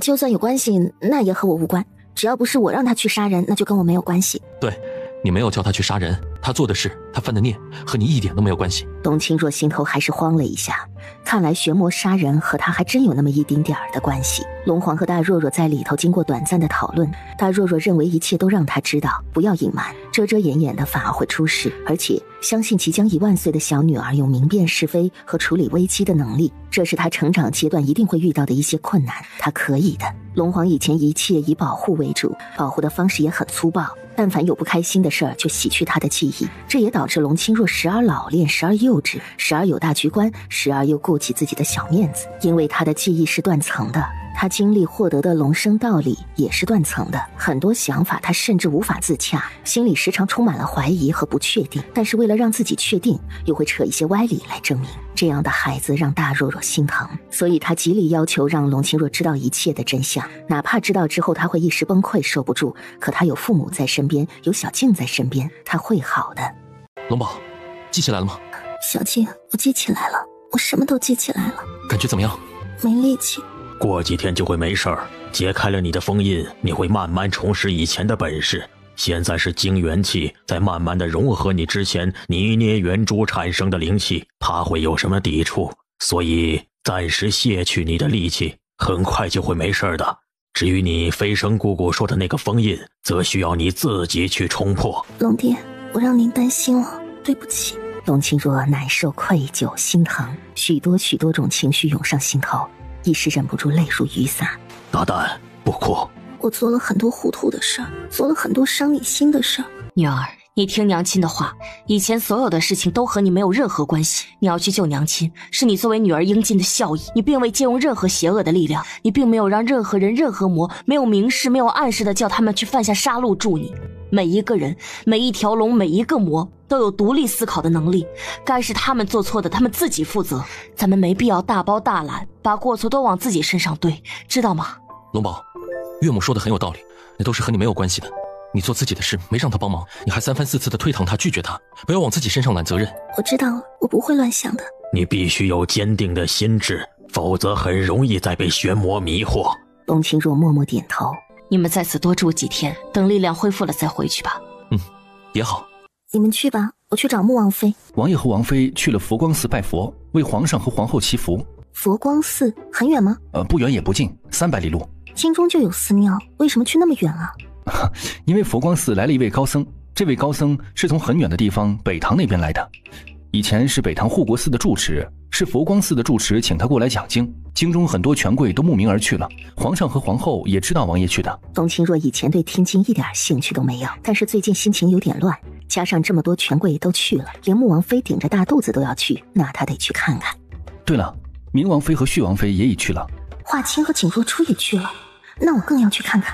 为了不让刺儿多多被佛光所伤，龙清若让刺儿多多在寺外等候，他自己进去找穆王妃他们。施主，这里是后山禁地，不得擅闯。和尚，你长得真好看，你法号叫什么？贫僧小名不足挂齿，至于好看不好看，也不过是皮囊一句。你说的对，皮囊而已。你就是北堂过来的高僧吗？贫僧是从北堂过来的，高僧不敢当。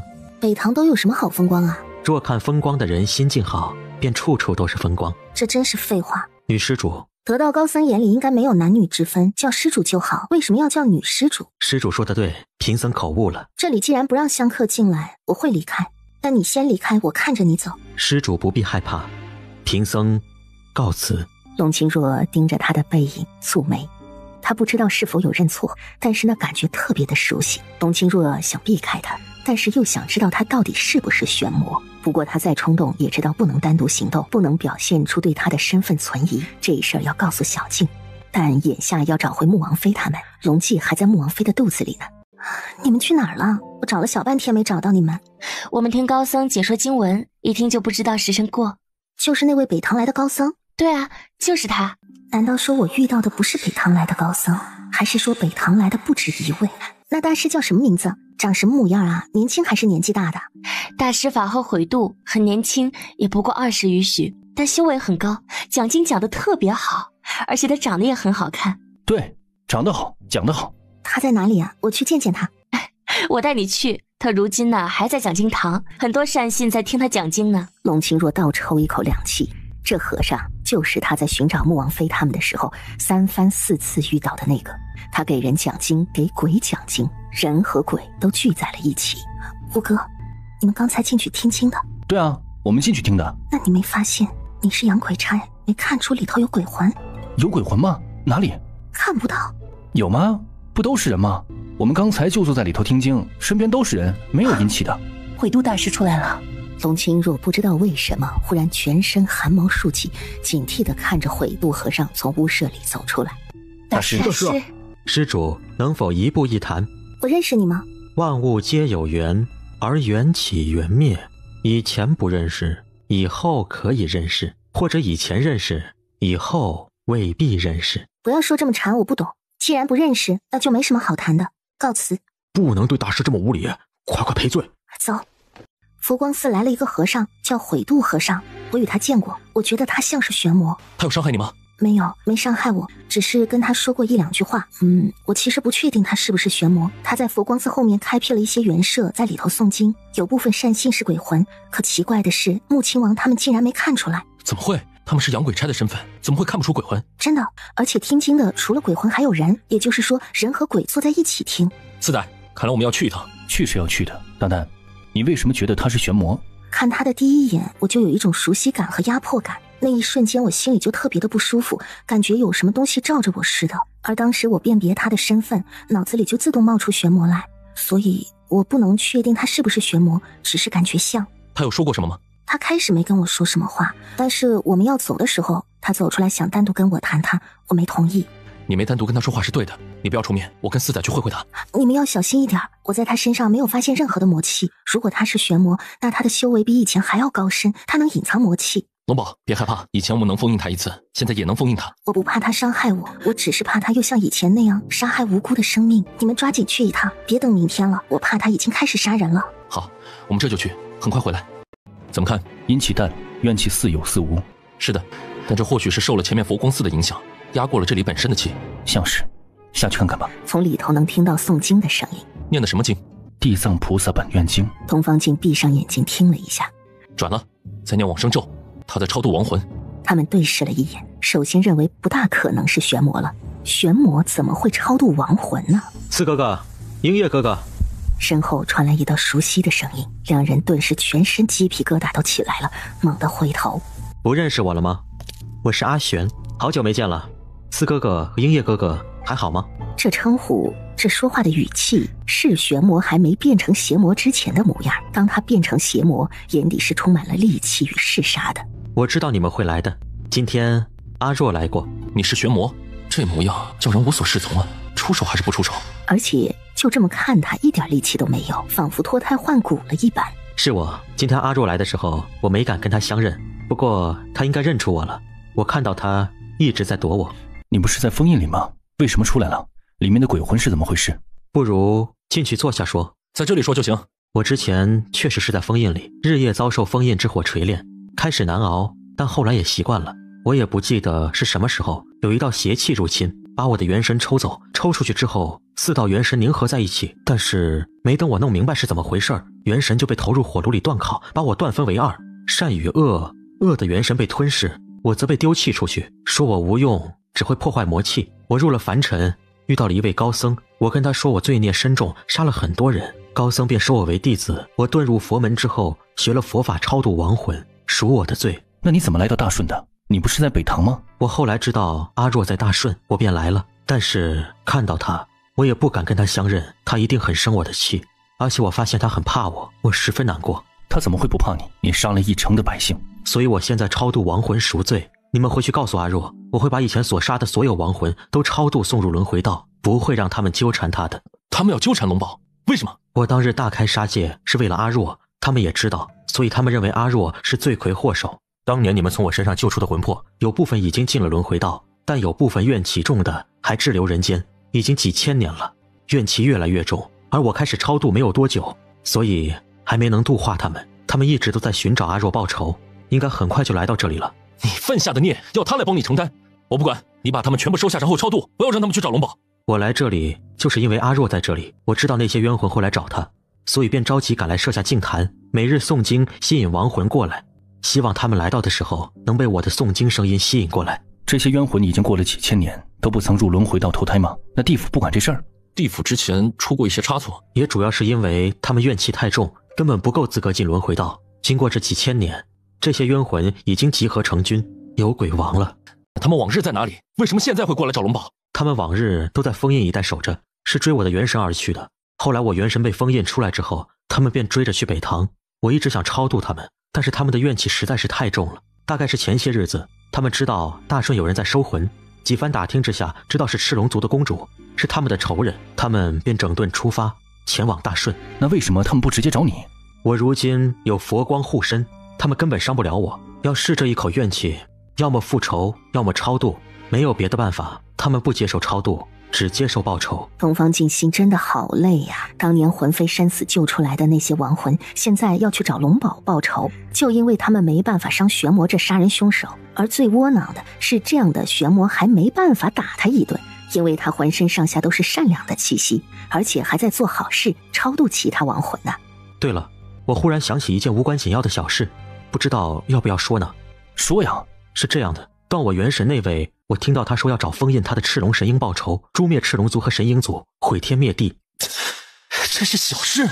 这是你说的无关紧要的小事吗？他都要把我们赤龙族和神鹰族给灭族了，还是小事？但这对于我要超度的大事来说，确实是微不足道的小事。因为就算你们被灭族，我也可以为你们超度。还有什么小事没告诉我们的？你一并告知。四哥哥，你别生气，你想知道什么，我都会告诉你。说。他还断了好多魔的元神，我所知道的也有7、8个。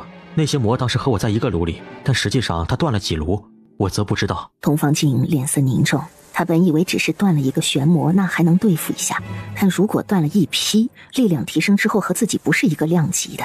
他是谁？不知道，不认识的。魔吗？也不知道，因为我被抽出来的时候，刚4魂凝合就被投到炉中去。等断完出来，他吞噬了恶的元神，变成了一团火红的能量，看上去就像一团日头。至于没有吞噬我，是因为我只有纯善之气了，吞噬我会影响他的邪黑力量，所以他最后把我们都丢弃了。连敌人是谁都不知道，这可麻烦了。他说要杀光神鹰族和赤龙族，也就是说，这个魔是我们合力封印的。我们合力封印的魔也有好些啊。去查一下，我们合力封印的哪些已经破封印出去了。只能如此，我们走吧，去看看封印层。鹰叶哥哥，四哥哥，请帮我给阿若带一句对不起。不啊，那好吧，我自己去找他。我给你带，你不必去找他。有劳了。东方静走出好远，是越想越气，丢下龙啸狂奔回去，逮住玄魔就是一顿胖揍。龙啸微怔之间，只听得拳头到肉的闷响和玄魔自在的一句句阿弥陀佛在黑暗之中回答。阿弥陀佛。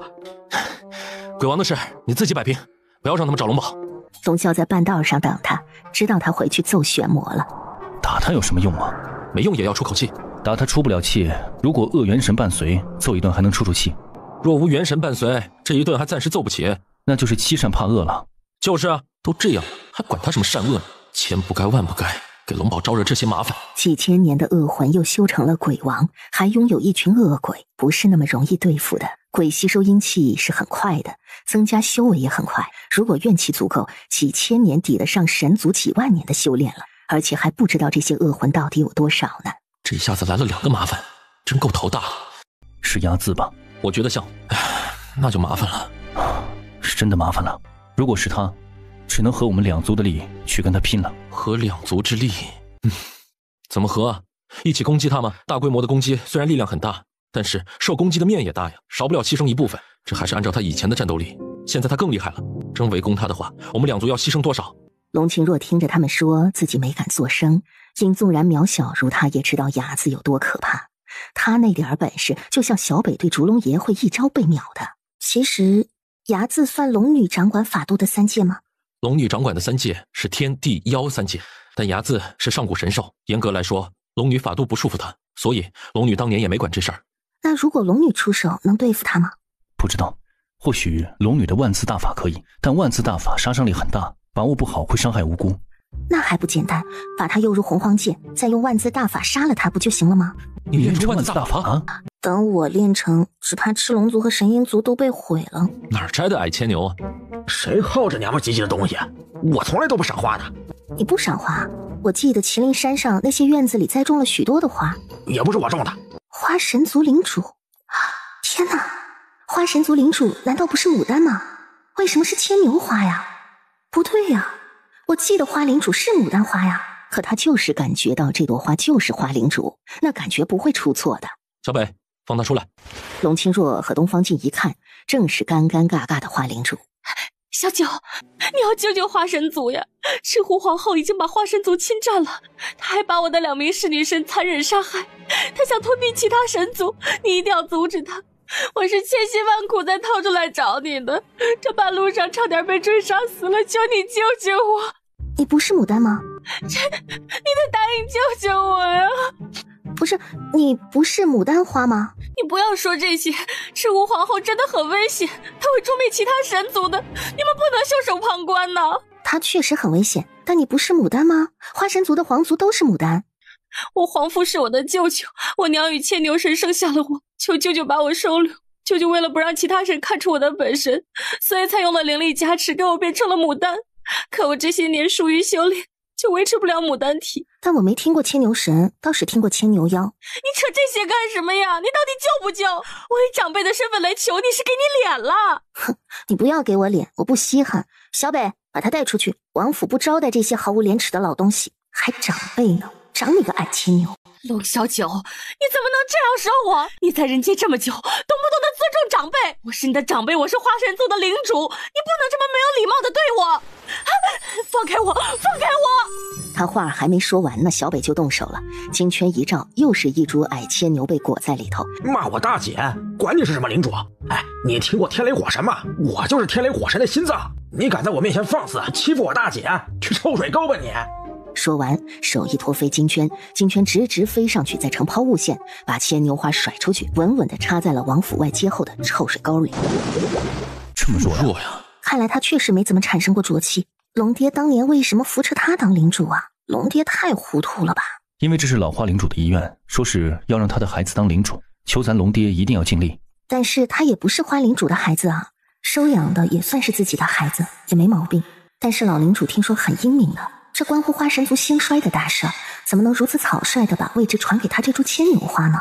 花领主本身是有儿子的，尹宁，他很出色，可惜的是他死在了伢子手中。我知道他，我见过他，见过几次，是一朵富丽堂皇的白牡丹。大魔，你真有文化，竟然知道富丽堂皇这个成语，你太了不起了。跟清先生学的，清先生呢学识渊博，是我见过最聪明的人。那我呢？你是最机灵的人。灰气嘿嘿了2声。确实是。你说花领主的遗愿，说要龙爹助他孩子登位，这个孩子会不会指尹宁呢？但是尹宁死后，我们就一直没有找到他的元神，花神族也找了好久啊，都说没找到，估计是已经元神飞散了。东方静对他的身份存疑，带着龙清若便去了隔壁找英娘。他脸皮可真厚啊，怎么还敢来？他想让我们去救花神族。怎么救？救1个2个还行，花神族多少子民呢？救得过来吗？他这是让你去送死，这死不要脸的东西在哪儿？我去甩他大耳瓜子。不用激动，听儿子说说。这个花领主是牵牛花，他自己的解释说她是老花领主妹妹的女儿。老领主有妹妹吗？似乎是没有的。没有？老领主没有妹妹吗？没有，我确定她没有妹妹。但是众所周知，花领主是老领主的女儿，现在他说是妹妹的女儿，那这牵牛花到底是谁的女儿呀？我怎么记得她是牡丹，不是牵牛啊？她是牵牛，小北逼出她的真身了。他说是因为老领主帮他用灵力加持，营造出她是牡丹的假象。这话骗骗你们这些小辈可以，灵力加持出来的幻想，但凡有高深修为的都可以看出来。娘说的对，他是看不出来的，而且确实有牡丹花神之气。那会不会本来就真的有一个花神公主，但是却被这朵牵牛花杀了，再吞了她的原珠？那也不可能。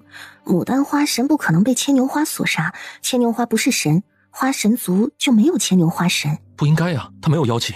我去一趟，找花神族的老神问问，这里头有蹊跷。鹰王立刻出发前往狐神族，他去的时候也刚好遇到了要离开的大魔和小北。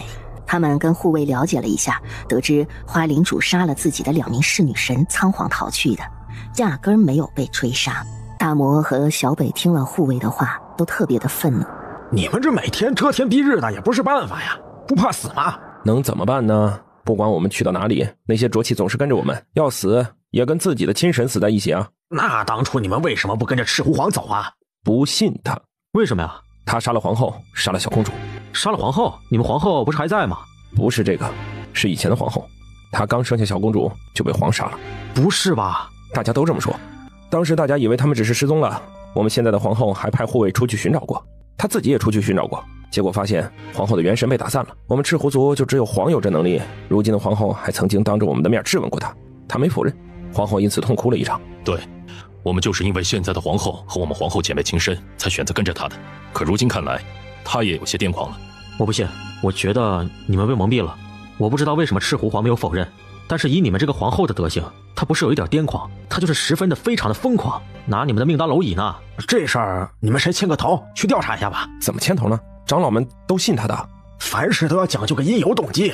赤狐皇为什么要杀皇后和小公主呢？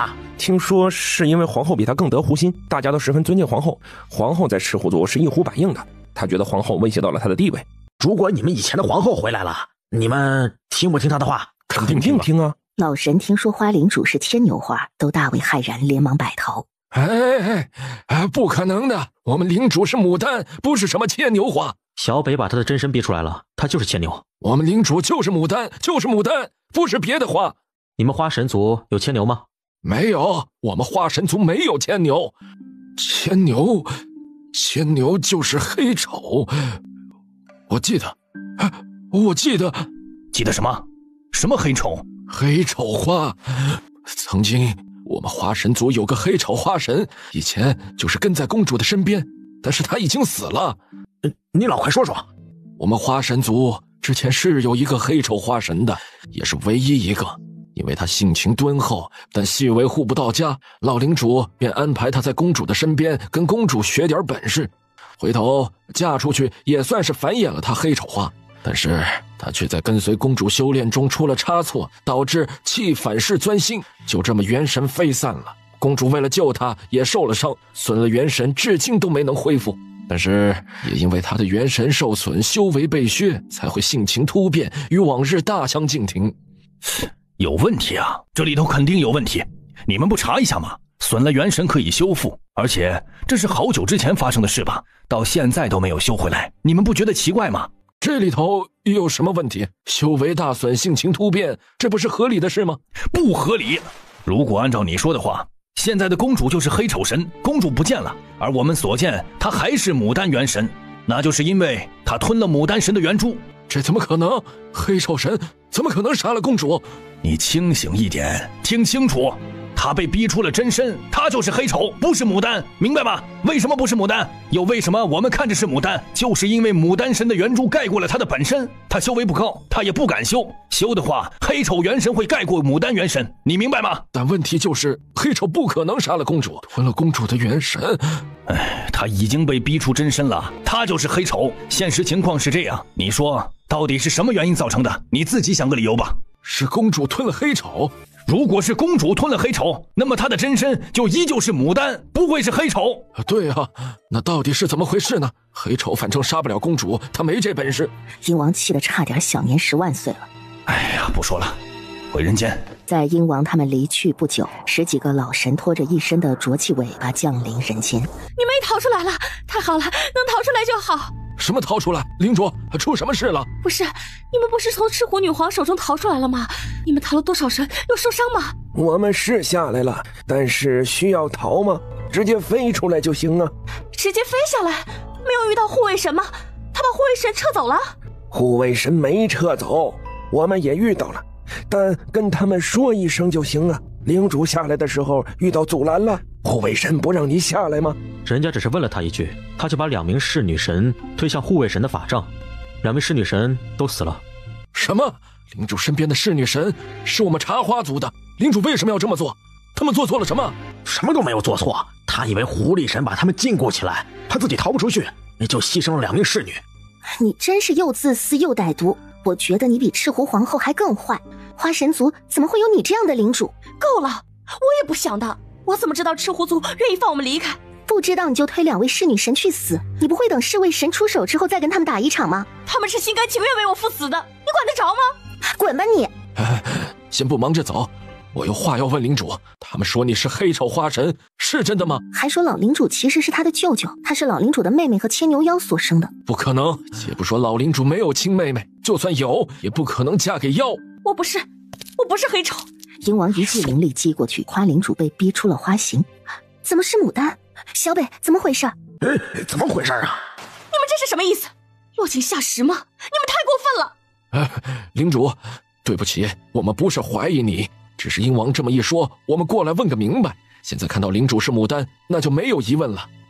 是的，领主莫要生气。你们几个实在是糊涂，怎么跟着他们胡闹，还质疑我的身份？岂有此理！还不走，就在这里丢人现眼吗？你不要走，把话说清楚。还有什么好说的？你们也不信我。鹰王，我与你都是一族领主，你今日质疑我的身份，贸然对我出手，到底有什么居心？这件事情我会追究。花领主的话就这么戛然而止，他身子一矮，又被逼回了矮牵牛。天哪，真的是黑丑！怎么会是黑丑？刚才还是黄牡丹呢？到底怎么回事啊？怎么，我打的不算数吗？一番修为，还真逼不出他的真身。公主呢？是不是你也杀了公主？小北破了金圈，让他滚下来。这一次终于变回了自己黑丑化成人形的原身。公主呢？说呀！你如果不说，我就杀了你！我没有杀公主，是她自己走火入魔，元神飞散了。我只是趁机把她的元珠吞了，我没有动手伤她一分。茶花神跳起来一巴掌就打在他脸上，气得脸都青了。他走火入魔，你为什么不说？修炼的时候让你护法，就是防着出事。一旦出事，你可以出来找大家帮忙。王妃公主这么相信你，你袖手旁观不说，还吞了她的元珠。且你当时在场，哪怕不出去喊声帮忙，以你的能力也能帮公主脱离险境。是你杀了公主，是你杀了公主！黑丑花神吓得转身便跑，小北就又一个光圈照着了他。没有任何人、任何神能从我的手中逃脱，你就更不能了。好好解决问题，别想着逃。说，公主到底怎么样了？黑丑花神颤抖的一五一十的道来。根据他所言，当日公主修炼的时候岔气，导致浊气在体内横行，走火入魔。他是想施救来着，但是他最后选择袖手旁观。如果公主死了，那他可以在元神飞出元珠碎裂之前吞下元珠。他知道公主的元珠一定可以覆盖他的元珠，只要幻化公主的模样，就没有谁能看出来。他就这么眼睁睁地看着公主元神分散，但是他没有想到公主死之前孤注一掷地把自己的元珠逼裂了，试着让元珠去捕获自己散去的元神，有否捕获到他不知道，但是他用尽全力把公主残留的元珠吞下，因为吞下不多，无法掩盖他的元珠，他没办法之下只能把自己的元珠取出，削了一大半，他自己只留了一丁点与公主的元珠结合。这也是为什么他的修为和灵力这么低，他就算修炼也很难修炼，因为他只知道黑丑花神的修炼方式，而黑丑花神的元珠就那么一丁点，压根儿就修炼不起来。他刚叙述完，花神们就扑上去围殴了他一顿，打得他是气若游丝，之后再把他元珠挖出来，当场以烈火断了他丁点黑丑元珠出来，还给了他，给他续住这条命。暂且留你性命不是仁慈，而是等到找到公主之后，让公主亲自处置你这个忘恩负义的东西。小北一脚把他踹出去，这玩意儿留在晋王府就是玷污了晋王府的青石板砖。我等先去寻找公主，若能寻到公主，还求殿下和公主再给我们华神族一次机会。我们老糊涂了，却不能害了整个华神族啊！你还是先把公主找回来再说吧。龙啸让龙清若亲自去见一下玄魔，这是为了印证玄魔的话是否真实。龙清若有感应，他能够辨别真伪。龙宝，你如果不想去的话，那就不要去。去吧，总要面对的。咱大蛋真的长大了啊！灵力恢复多少了？当飞动手能力的话，估计能打赢青先生和阿禄。放心，很快就会恢复的。你被断出来，那占据整个元神的多少？如果以五指比作我的元神，那么我便是占1根拇指，那就是2成，被牙子吸了这么多啊！是占据我这个指甲上冒出来的那一点份额。那岂不是整个玄魔几乎都被他吞了？那他到底是玄魔还是牙子了？东方镜顿时惊悟，牙子把玄魔的恶念全部断出来，那么玄魔便再无一点善。恶的力量是惊人的，甚至会反过来炼牙子的恶，因为玄魔的恶是纯粹的，不掺杂一丝杂质，而牙子虽暴力，却并非纯粹的恶，可以说他是好勇斗狠、小气、有仇必报。就算玄魔不能反过来炼他，那也有可能造成2个元神在身体里2股力量一同存在，互相碰撞，并有可能产生更大的力量。总之不好对付就是了。你知道他在哪里吗？并不知道。你应该会知道的，因为你们同属一个元神出来，互相应该是有感应的。善恶不两立，我与他没有任何的感应。你把手伸过来。玄魔迟疑了下，伸出双手，看着龙清若把触角放在他双手上。龙清若闭上眼睛，用心去感应。片刻，龙清若睁开眼睛，惊得脸色苍白。小静，我们要去狐神族。为什么？他在狐神族？现在还没，但他要去那儿。他想去哪儿，也就证明狐神族的大劫即将来到。一旦他们被浊气撕碎，就会成为牙子魔的大餐。快走！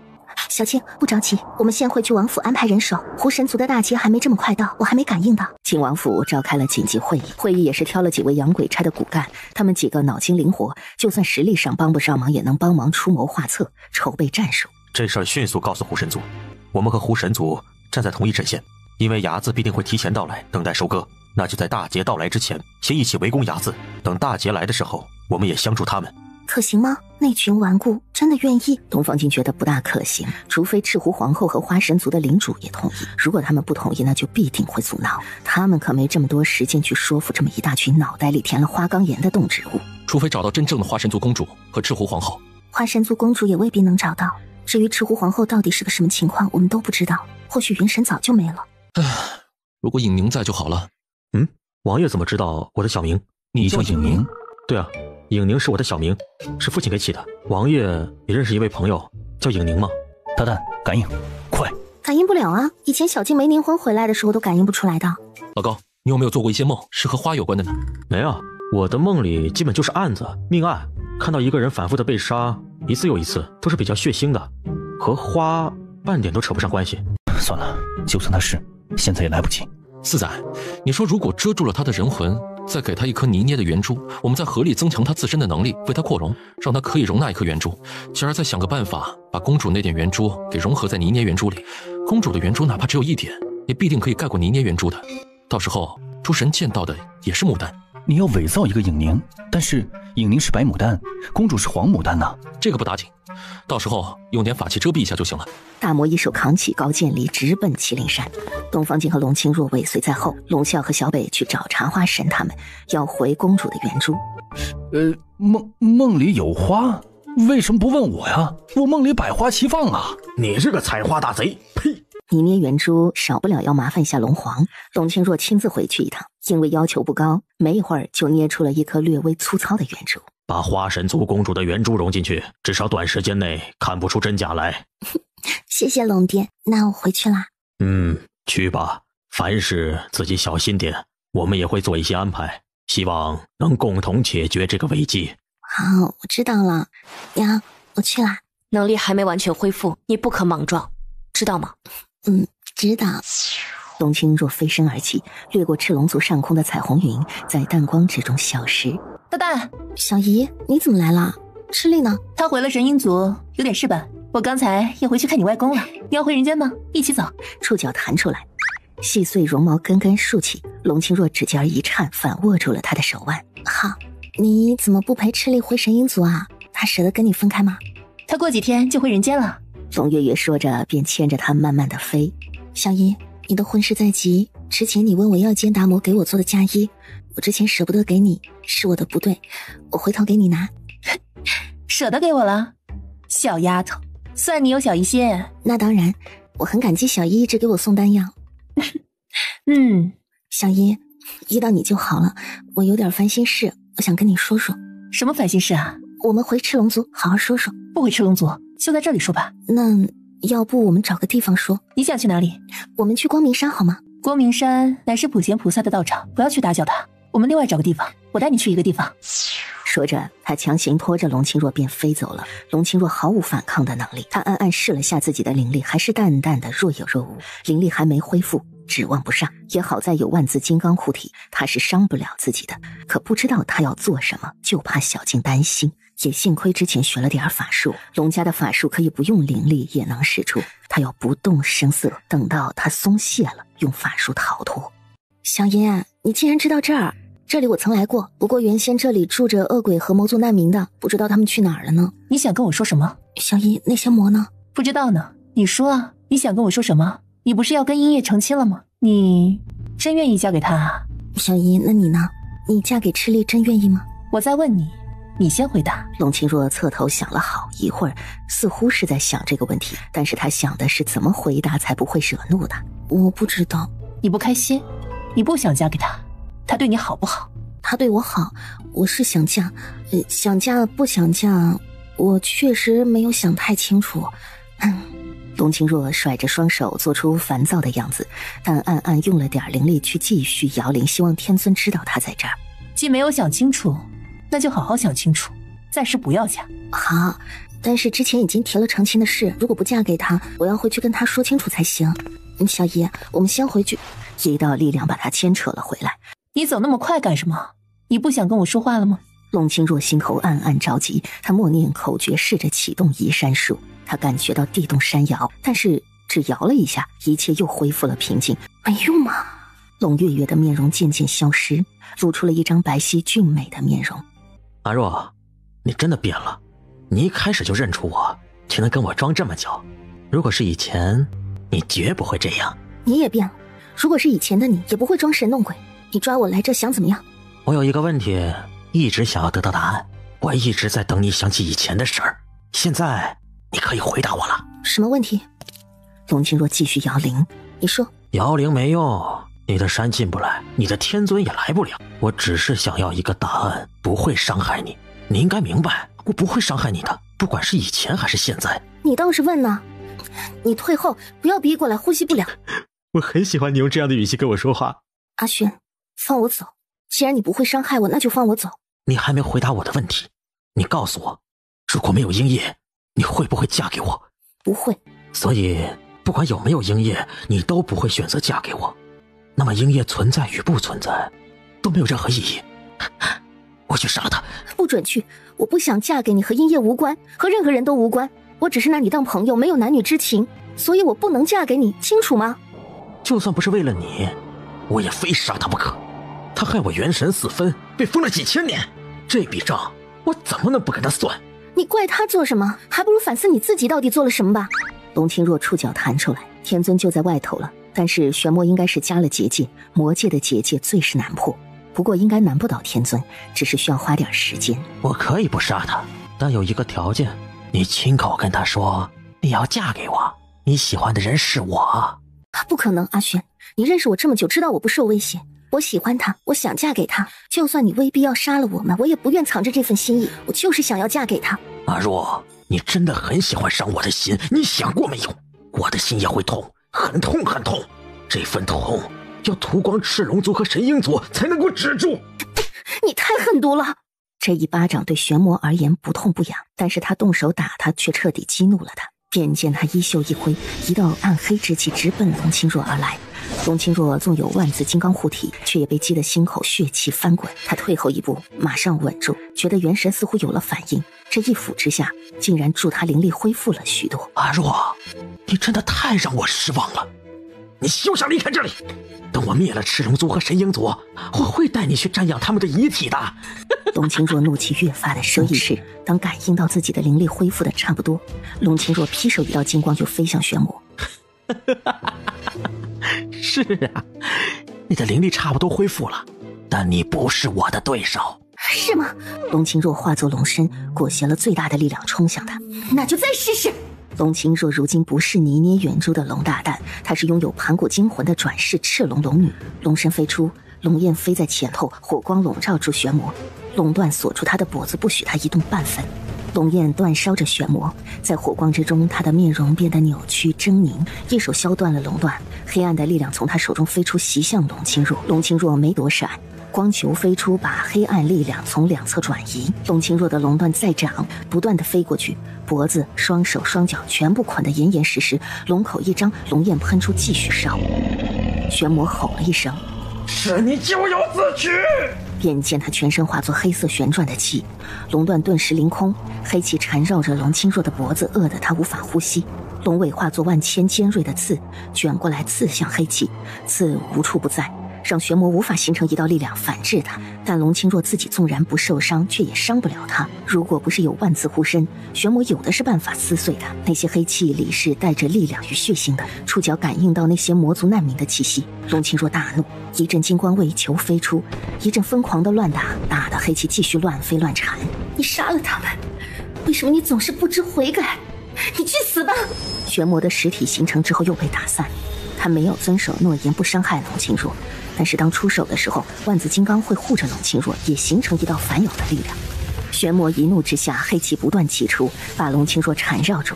黑气是伴随力量而来，龙清若除了用法术之外，无法再做其他的反攻。但是法术有限，对他不构成伤害。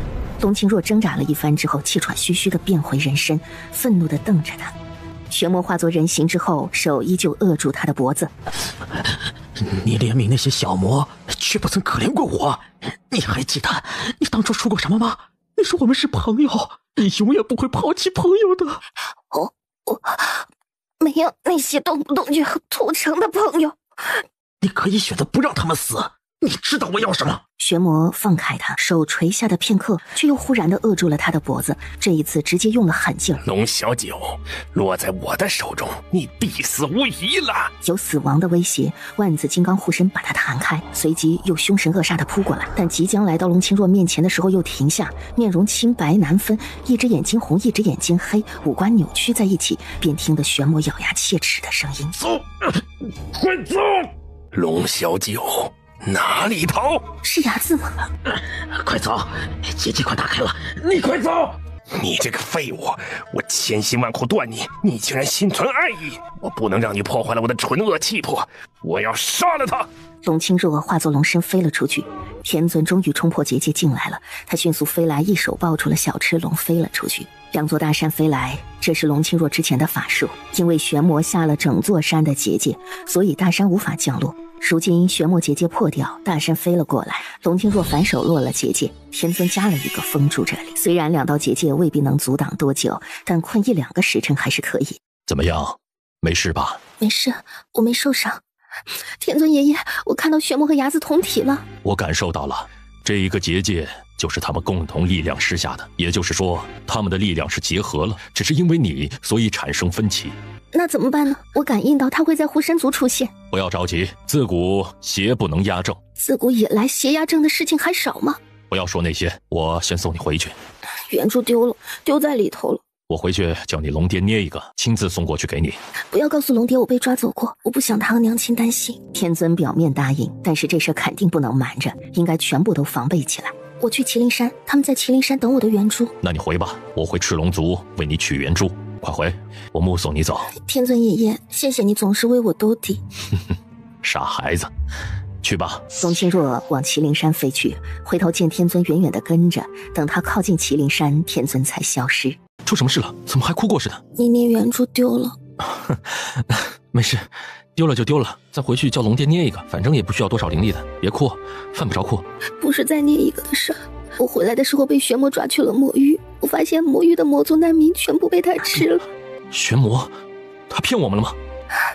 不是那个玄魔，而是被端出恶的那个玄魔，还有牙子。受伤了吗？要紧吗？我没事，我灵力恢复，起码有大半了。是那些魔族难民全部都被他吞了，这无形中会增强他的能力。大魔，你说能不能趁着他现在2股力量还没有凝结，我们与他一战？如果等到护身族大劫，我怕他们的力量已经融合在一起了，到时候会更加难以对付。我觉得还是不要，因为当我们去找他们的时候，他们必定要一致对付我们，反而逼得他们因此团结起来，而我们数着脑袋也就这么几个，还是等大劫来的时候，连同狐神族一起对付他。而那个时候也有一个好处，大劫降临，狐神族是被逼到了绝境，力量会更大。那会不会在这个日子来临之前，他们2股力量凝结在一起了？不会，因为根据龙蛋堡所说，他们现在的力量旗鼓相当，但玄魔心里还有一份爱意。睚眦要的是恶念之力，如果有爱，则有仁慈，是不可能凝结成恶灵之力的。除非睚眦的能力高出玄魔许多，那就能彻底把它真正的吞噬为己用。如果不是，两道力量始终会在身体里抗衡。那就是说，睚眦是想彻底吞噬血魔的。那么魔族难民很大可能就是他杀的，而要去狐神族也是他，不是血魔。但是玄魔不止一次的说要屠光神鹰族和赤龙族。既然结界能困住他们，那不如你们去再加结界，没什么用的，困得住一时，困不了多久。解开之后又继续加呢，顶多守在那边就是了。不是那样的，当他能打开第一个结界，再是同一个结界，就很快可以破。这样耗下去一点用都没有，反而损耗自己的灵力。你们放心，他的目的在狐神族这次大劫来临之前，他都不敢轻举妄动。他不单单是要杀了我们，还要杀赤龙族和神鹰族，所以他必须再提升自己的能力。小静说的没错，我们就留在狐神族大劫的时候再打，这是我们的第一个策略。如果他在狐神族大劫的时候吞噬了许多沾满浊气的元神，我们其他神族再联手。没错，他们是我们坚强的后盾，我们是第一队。如果我们战胜了，其他神族就不会有伤亡。他们继续给高渐离渡灵力，等待龙啸和小北带着花神公主的些微圆珠回来，当然还要等天尊的泥捏圆珠。晚上的时候，龙川和朴丞相、魏大人、阿禄他们也来了。冬日竟然开了这么多的花，真好看。是什么花呢？牡丹、茶花、芍药、月季、兰花。这兰花十分金贵，这么冷的天气怎么能开得这么好呢？白天咱也没瞧见啊。哟，昙花都开了。高渐离和朴丞相使劲揉着眼睛，都瞧不见那些花，毕竟距离太遥远了。昙花多半是夜里开放的，不过这么多昙花一起开放，还真是比较少见呢。你看见啊？人家说你也说，也不看看自己只是个凡人。怎么没瞧见？你们瞧不见吗？那一大片都是昙花呢。龙川，你能看见？能啊，我眼睛好使，打小枸杞吃多了。这么厉害啊，龙川，你打小是跟在我四哥身边吧？我四哥有枸杞给你吃。我们偶尔也富裕，他总是给我们拿丹药酒喝的，一粒丹药泡酒几百人喝。嘿，但也别说啊，那丹药管用。我师傅他们那群老汉子没见哪个死的，病的也少。当然了，他拿去的那些丹药可不是寻常的丹药。龙川，看起来你非凡胎俗骨啊，有可能也是神投胎的，会不会你才是花神族的殿下呢？哎呀，我如果是神，那么苦日子就到头了。你有什么苦日子？都当上禁军首领了，俸禄多高啊！一家不知一家事啊，我这点俸禄实在是塞他们牙缝都不够的。辛辛苦苦忙活一年，年底几顿烧烤全没了，好几百人吃呢。这些花太漂亮了。这算什么漂亮？我梦里见过更漂亮的，那叫一个百花盛放，姹紫嫣红。龙川，你总是梦到花？我去过很多地方，赏过许多风景，但是没有一个地方的花比得上我梦里所见的。哎，可惜你们瞧不见，不然的话一定会奉为仙境。哎，你们干什么？拖我干什么？你坐下，坐在这个位置上，盘腿。东方镜也已经就位，和大魔在龙川的一前一后坐下，随即开始灵力输送。干嘛？你们这是干嘛？谁解释一下呀？龙清若等人过来围观，都好奇地看着龙川的脑袋上散发着淡淡的白气。过了一会儿，东方镜和大魔撤手，互相欣慰一笑。虽然不知道龙川是个啥玩意儿，但是他能把我们输送过去的大部分灵力都藏在丹田里，应该可以放泥捏圆珠了。为什么？就因为他梦里见了百花？反正是什么？那行了吧，等小北把圆珠拿回来就可以知道。到了天亮，天尊送来了泥捏圆珠，东方镜刚拿到手中，便见龙啸和小北带着一群拖着衰气的花神们飞来了。那圆珠呢？在这里。东方镜接过来，把它与泥捏圆珠融合在一起。正当东方镜打算把圆珠送进去龙川身体里的时候，却觉得山中忽然一震，仿佛是地动山摇了一般，手中的圆珠倏然消失。怎么回事？在底下。山下白墙小屋雾气冉冉，许是这山震了，住在小屋里的人也都纷纷跑出，有人在喊：公主红了，公主红了！公主啊，公主，您怎么走得那么急呀？天都红颜啊！东方镜想起大长公主对自己的关爱，心里头十分难受，慢慢的上前去，刚到了床边，却见公主睁开了眼睛，倏然坐了起来，把东方镜吓得往后退了一步。但更让人惊愕的是，大长公主脸上的皱纹在慢慢的消除，皮肤也渐渐变得光滑，白发变成了青丝，瞧着也不过20来岁的模样，但最重要的是，他这个模样竟然和黑丑神化作人形的时候一模一样。大长公主又躺下去了，眼睛一闭，仿佛昏迷过去了一般。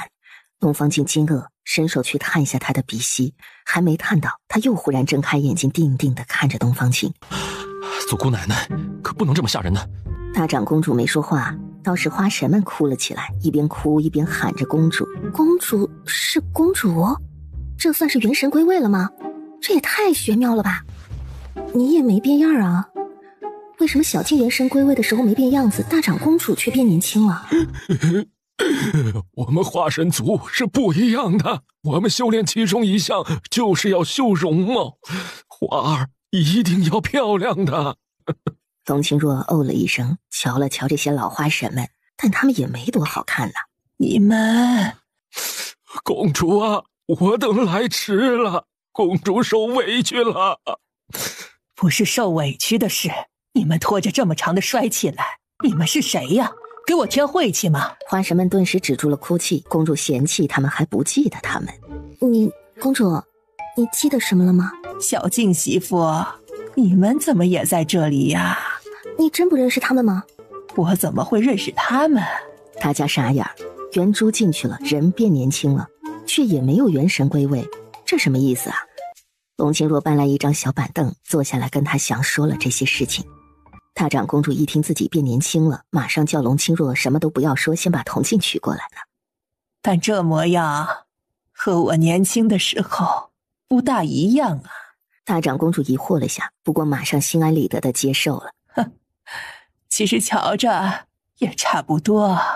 公主，实属您年轻的时候比如今差了许多，一点点呢。朴，你几时见过我最年轻的时候啊？你入朝为官，我已经是古稀之年了。不，姑姑，我觉得他说的有道理。漂亮的女人不跟老男人计较。大长公主继续看着自己的容貌，越看越欢喜。不管是不是天上掉馅饼，总之现在这张脸是她的，谁都不能夺走。这么年轻，起码能再活几10年。等她看够了，龙清若才跟她说花神族的事儿。听得自己有可能是花神族的公主，而且可以参与一场大战，大长公主精神抖擞起来。她可以参与任何的大战。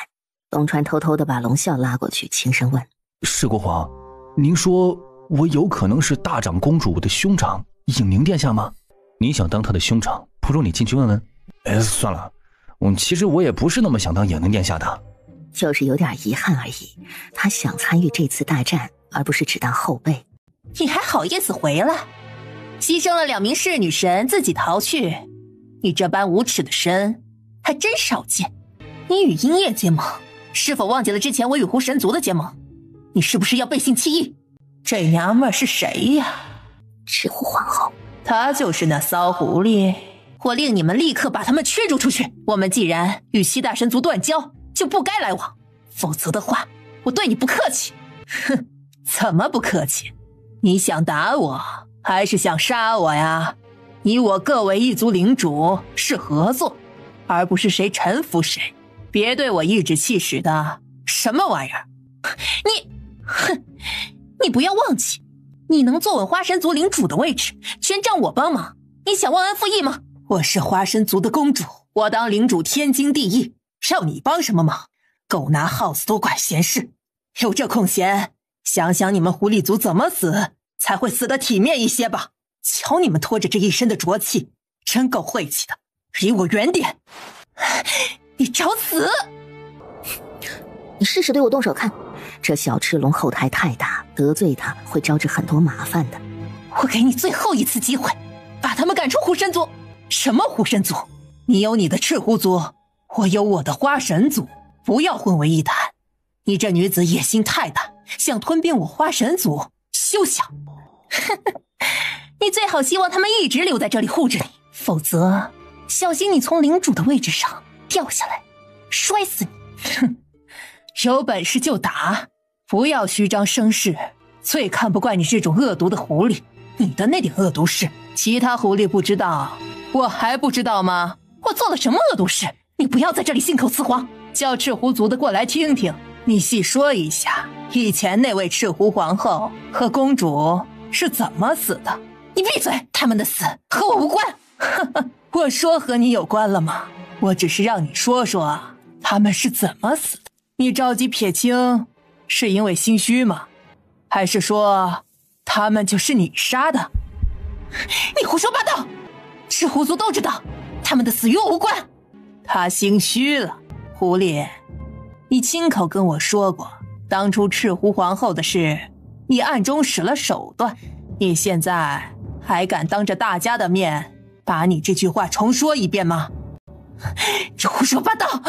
赤狐女皇气得发疯，但是赤狐族却被挑拨起来了，纷纷围上去质问。东方镜敬佩地看着大长公主，默默地竖起了大拇指。打仗以小道消息乱其军心，让他们内讧，争取不战而屈人之兵，这是战术。趁着赤狐族乱起来，东方镜和龙清若急忙跟外围的那些赤狐神灌输这次的危险。大长公主跟赤狐女皇叫嚣，跟着起哄架秧子。这件事情你脱不了干系，你既然有当女皇的魄力，为什么不敢承认？你说呀，你说呀！怀疑的种子需要埋下的，他们既然不愿意去思考，那就逼他们思考。一通乱闹之后，三人华丽撤退，总要留点时间让事情进一步发酵，或者让他们深思。下一次来，我要他们全部听我的。祖姑奶奶，你真是太了不起了！我岳父之前一直跟他们讲道理都讲不通，跟傻子还要讲道理，当然讲不通。那赤狐女皇就是一个恶毒的无赖，跟无赖讲道理，不，你要跟他斗破。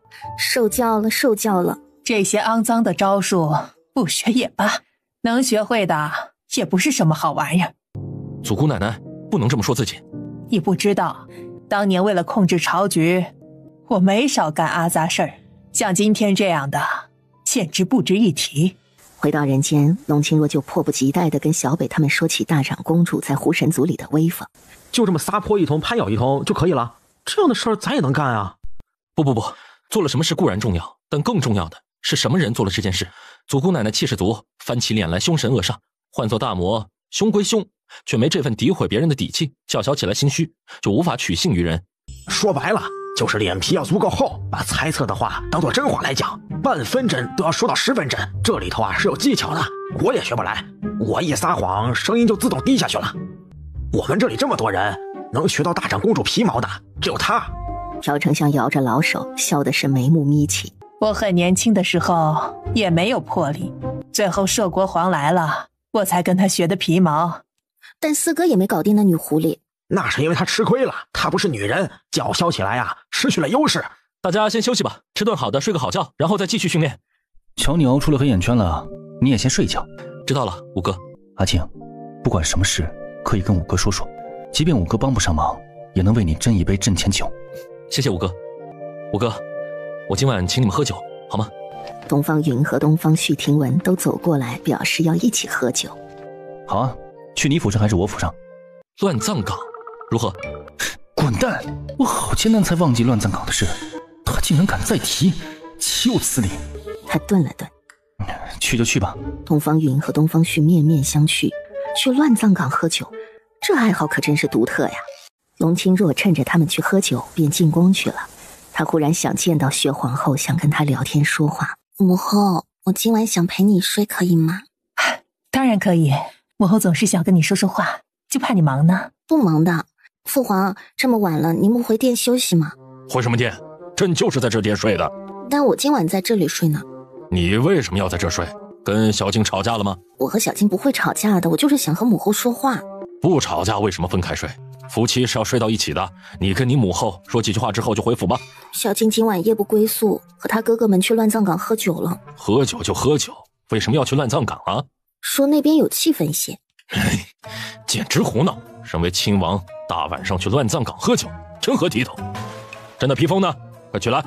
都回去睡了，还要披风作甚？朕要去乱葬岗教训他们，不成体统啊！气死朕了！少喝点啊！知道了。父皇也去喝酒啊？年纪大了，像孩子了。瘦一圈了，没吃好吗？吃还行的，最近北风蛮大，就是没什么胃口，烦心的事儿多。你那些烦心事，本宫能帮忙吗？帮不上，就是帮得上，也不能让你去冒险的。那好，往后等你们办完事回来庆功，希望你们能快点回归正常的生活。皇帝的来到让气氛顿时燃点起来。父皇，快快坐下，您不怕吗？这么晚过来，怕什么？以前在魔域，朕虽然和他们保持着一定距离，但是偶尔也会见面，什么模样的都见过。他们呀，也就是有魔和恶鬼的名，却没有伤害过朕。幸亏他们没伤害你。朕呀，还真想回去走走，给他们送酒喝，他们喜欢喝酒。小青啊，改天你叫你媳妇儿给他们送点酒过去解解馋吧。送去也无用，他们都死了。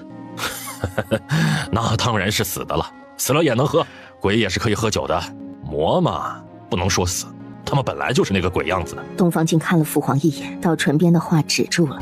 好，我知道了，回头我叫龙宝送过去。不如我们来行酒令，好不好？好，行酒令，不要念诗词就行。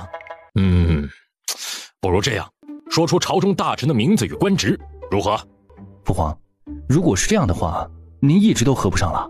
朕也不一定能记得起来，毕竟平日都是爱卿爱卿的叫着。记得不一定要说出来呀，不然怎么骗酒喝呢？还有，他有一件事情想做很久了，趁着喝醉才好做。几圈下来，几个儿子都喝酒了，唯独东方静没怎么喝。被烂醉如泥的父皇下山的重担就落在了他的身上，皇帝就想让儿子背着他下山去。父皇的酒量真的很差，才喝这么一点就醉成这样了。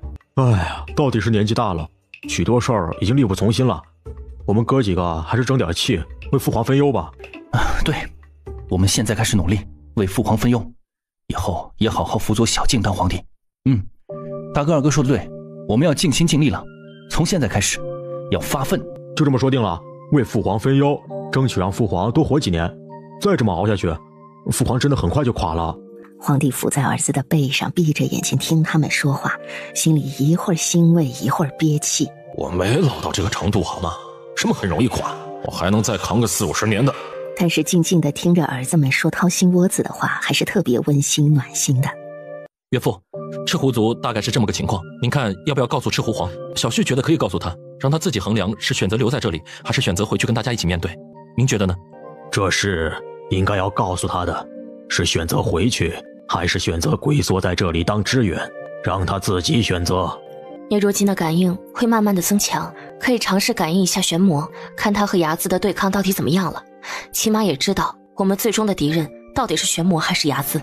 娘，您放心，我一直都有在感应，现在封印解除了，他们还在魔域里没有出来，估计是要在里头分出高下。根据我现在的感应，玄魔差一些，其实知道了也没分别，因为不管是谁，必定也是压制了另外一个，成为最强的魔。不一样的，傻闺女，睚眦如果压制了玄魔，那就是至黑至恶的力量，玄魔压制了睚眦，他对你始终有不舍，无法修成纯恶之气。天尊爷爷告诉你们了，不是说了守口如瓶吗？他不会瞒着我们的，尤其是关乎你安危的事情。本来他说的时候，我们就想去找你了，不过你龙爹说我们在赤龙族安排好一切，做你的支援才是最实际的。对不起，我总是让你们担心，都怪我没用。傻小孩，就算你有通天的本事，当爹娘的也会担心你，更何况你现在不是没用，你已经恢复了很多，等你完全恢复，娘都不是你的对手。我们又不是对手，不能这么比的。我想回去和他们一起并肩作战。你想清楚了，你不回去的话，大劫不会对你造成任何的伤害，因为你的浊气已经接入天雷火，但回去的话就会被波及。我知道这是我的责任，当初带着他们离开也是想保留一部分力量，等真出事的时候可以回去帮忙。阿若，我想在王府住几天，可以吗？为什么？心里不安宁。因为什么不安宁？你知道的。他的另外一大半元神快要死了，阿若一定是可以感应到的。到时候或许我有办法能帮到你们一点。怎么帮？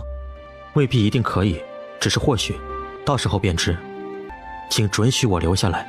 那你就先在王府住下。悔都和尚来到王府，依旧是日夜念经超度亡魂。如果我没能完成这件事，请你在我死后继续做，一定要把所有的恶魂都超度了，不要再让他们形成鬼王之力。你想做什么？你有什么打算？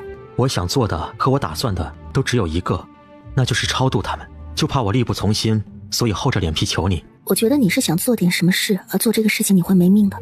超度大业没完成，我不会死的，我会珍惜生命。他能做什么？他现在根本不是睚眦的对手啊！而且他是被摒弃出去的善念，说白了只有一点元神危及生命，能力不大呀。对呀，估计就这么说说而已。但是他和那个玄魔始终是同一个元神，如果他回去了，会不会对睚眦造成影响啊？他怎么能回去呢？他这点元神不等靠近睚眦，睚眦就把他给打散了。但你们也别忘记，当初睚眦提炼出玄魔的恶之后，没有把毁度杀了，而是丢弃。睚眦是不能杀毁度的。对，睚眦杀不了毁度，因为散了毁度的元神，元神有宿主，就是他体内的玄魔。这散开的元神会被玄魔吸附回去，那么睚眦千辛万苦提炼出来的恶就又不纯粹了，等同不曾提炼过。虽然是这样，但是他回不去，他一旦靠近，睚眦会把他驱除的。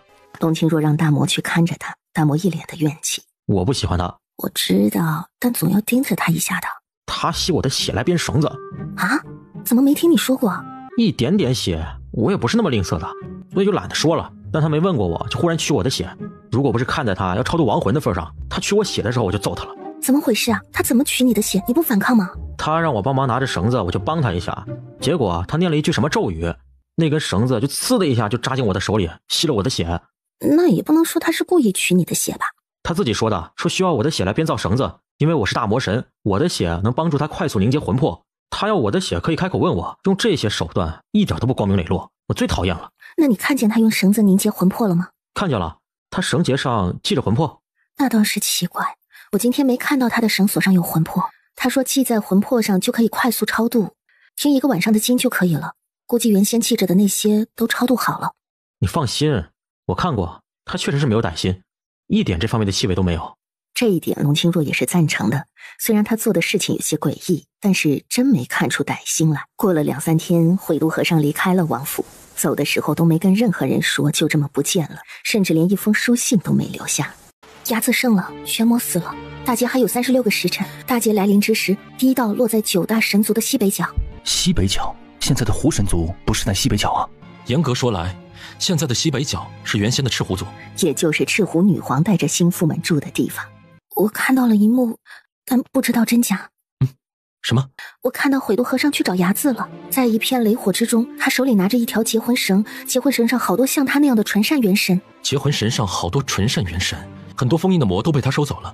对了，魔山灵根方位的魔全被撬走，那些魔也是被提炼了恶。纯善元神就像毁度一样被丢弃。毁度说一直超度，其实就是把这些纯善的元神收集起来，因为他以一己之力无法靠近睚眦。但如果很多纯善元神，胜算就高很多了。如果有雷火在，那么这一幕是发生在大劫发生的时候。也就是说这一幕还没有发生，但是如果没有阻止，就一定会发生。我们要阻止他吗？大家心情都颇为复杂，因为如果毁度和尚破坏了睚眦的纯恶之气，睚眦就好对付很多。毁度虽然叫毁度，但是他也是玄魔呀，他死是罪有应得的，而且死前还做了一件好事儿，算是为他自己赎罪了吧。大魔，你觉得我说的对不对啊？玄魔以前做的坏事是他元神里的恶注使的，和纯善没关系。你这么说是说不通的，还不如说纯善没有阻止恶行，有失职之罪。失职罪不至死啊！你想去救他吗？我也很矛盾。他是自愿的，他比较理智，站在了大局上。赤狐族和花神族才是真正的罪有应得，我们给过他们很多机会，但是他们都拒绝了。鬼度不算罪有应得，就算是自愿的，但是他和结魂绳上的纯善元神都是无辜的，他们是以自己的命为恶之元神赎罪。东方镜把参与的所有洋鬼差都叫了过来，来发表意见吧。大魔说的虽然有道理，但是权衡利弊，我个人是赞成不管他的。我也是，那我也是赞成了。大家都沉默了一会儿之后，表示赞成小北。小半个时辰过去之后，没表态的就只有东方镜、龙清若、龙啸，还有朴丞相以及大魔。朴，怎么看？我还在思考，你们呢？你们是什么意见？我们也还在思考。大家马上把他们团团围住，进行心理疏导，让他们赞成大家的决定。最终他们几位坚持不表态的绿茶们做出了不胜其扰的神情，微微颔首，算是同意了。大家投票吧，虽然意见一致了，但流程还是要走走的。一会儿投票，支持不管毁度和尚的，把白色的小纸片放进箱子里；支持去救他的，放黄色纸片，不要搞错了。白色是支持，对吗？黄色就是做好人，白色就是做人渣，清楚了吗？清楚了。投票结束了。既然大家都做了决定，那我们就去看看结果吧。相信结果没有任何争议的。他把纸片全部倒在了桌子上，大家定睛一看都傻眼了，除了一张白色的，其他的全部都是黄色的纸片。不是说好大家一起做人渣的吗？为什么你们要做好人？他飞快跑过去拿起自己的白色纸片，再把黄色纸片丢下去，他才不要自己一个人做人渣呢。姑姑，您不是说要袖手旁观吗？为什么你要投黄色纸片啊？我想着大家都投白色，那我投一张黄色也改变不了结果呀。谁知道你们也投黄色？对呀，你为什么也投黄色呀？因为我像您一样的想法呀，投一张黄色也改变不了结果。虽然整件事件很混蛋，但是我还是不想当人渣当混蛋的。纵观在场诸位，最老实的只有灰烬。如果不是悔度和尚，只怕谁都无法对付他了。他现在没了形体，那就等同丧失了他睚眦恶兽本身的力量，现在只用纯恶之气，而纯恶之气也不纯了。即便如此，我们还是对付不了他。阿轩死了，好的阿轩，坏的阿轩都死了。龙宝，难受就哭出来。我不哭，这是他选择的赎罪方式，他解脱了。不管如何，他帮了我们。不要气馁，不要垂头丧气，我们还有一场恶战。我看到他抓了一名灵魔，估计会用他的身体。不管他变成什么模样，他都需要疗伤，还要试图逼出纯善之气。但是悔度以结魂绳的方式进去，起码能顶住一段日子。悔度给我们争取了时间。我们先回去吧。龙宝，你还好吗？我没事，我们回去从长计议。大姐会先去赤狐族，睚眦必定会去，我们要不要去？不去，因为闹女狐狸只带着1000多只狐狸，实力不够和我们一起对付睚眦。最重要的是，他和我们不是一条心，他甚至会利用我们对抗大劫。投票吗？还用投票？我赞成大长公主的话，不投票也不去。我觉得也不去。那睚眦去了的话，会不会增添更多的力量来对付我们？必定会，但是即使不是用这个方式，他也会去屠杀其他人或者魔妖来增强自己的力量。我们去阻止他，他就会去残杀其他的无辜。对，而且我们没有胜算对付他，必须要与赤狐花神2族一起对付他才行。我只是认为悔度和尚以前杀了这么多人，我们都去救，赤狐族那些只是跟我们不对付，我们却选择袖手旁观，会不会有一些……小平，你什么时候变得这么仁慈了？那能一样吗？我们不说以前的事，就现在来论，悔度是牺牲自己去对付睚眦的，赤狐族那娘们是自己渡劫。大长公主说的对，她跟我们不是一条心，我们去救她，她不会和我们联手对付睚眦，等同是我们为了救她而去送死。再说我们去找悔度本来也没想过那么快跟睚眦开战，只是想阻止他去找睚眦，他先于我们一步找到了睚眦，我们迫不得已才开战，怎么能一样呢？你被夺舍了吗？竟然说这样的话。悔度在这里住了几天，我跟他相处了一下，竟然被他的悲悯心肠传染了。东方镜看到他心口挂着的一块东西，像是一块心形的鳞片，雕刻了一个花纹，有一点淡淡的光芒。这是什么？以前没见你带过的。这谁给你的？是不是悔度给你的？对呀，他送给我的，说是护身宝物。你怎么知道是悔度和尚给的？这是我的龙鳞，我曾经遗落龙鳞在人间，阿玄帮我找回来，我就送给了他。他在龙鳞上雕刻了一个图案，是一条简单的龙。这上头有他的一点神光。怪不得阿朴你说出这么悲天悯人的话，连赤狐女都想去救。这龙鳞是我大姐的，你还回去。这是悔度和尚送给我的，不能还回去。有他的神光，你带来做什么？能保命，是护神的宝贝。他既然送给了你，那你就留着吧。你说话算话，别回头找我要，我不还的。你可知道拿了他的东西就要完成他的遗志，帮他超度那些亡魂？我可以。阴兵和洋鬼差负责营救，因为大劫不会主动打他们，他们可以穿梭在这一片黑暗里，帮助那些被大劫轰打的神，让他们避过之后去帮忙对付睚眦。东方镜严令所有洋鬼差和阴兵都不能正面迎击睚眦，甚至不能靠近睚眦。这番话他对着阴兵和洋鬼差说了3次了。因为大劫不会伤他们，睚眦却会，一旦落入睚眦的手中，必死无疑，魂魄都救不回来的。大蛋，你的那些老友们得知此事都说会来，你龙姑姑们还有帝爷都会在大劫的时候来到。真的？是的，龙爹让我进来告诉你一声，让你们不要有后顾之忧。知道了。小静，我们还有帮手的。是谁？都是我认识的朋友。那就太好了，我们就可以毫无顾忌的放手一拼。有帮手，为什么要大劫的时候才来呢？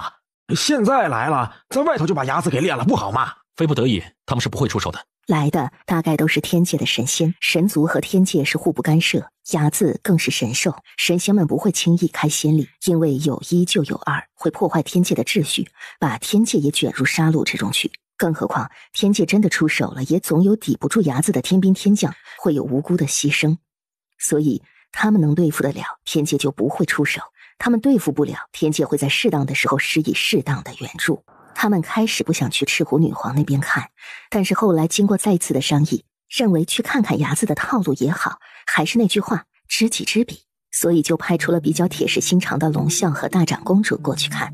他坐在那里干什么？修炼。现在还修炼？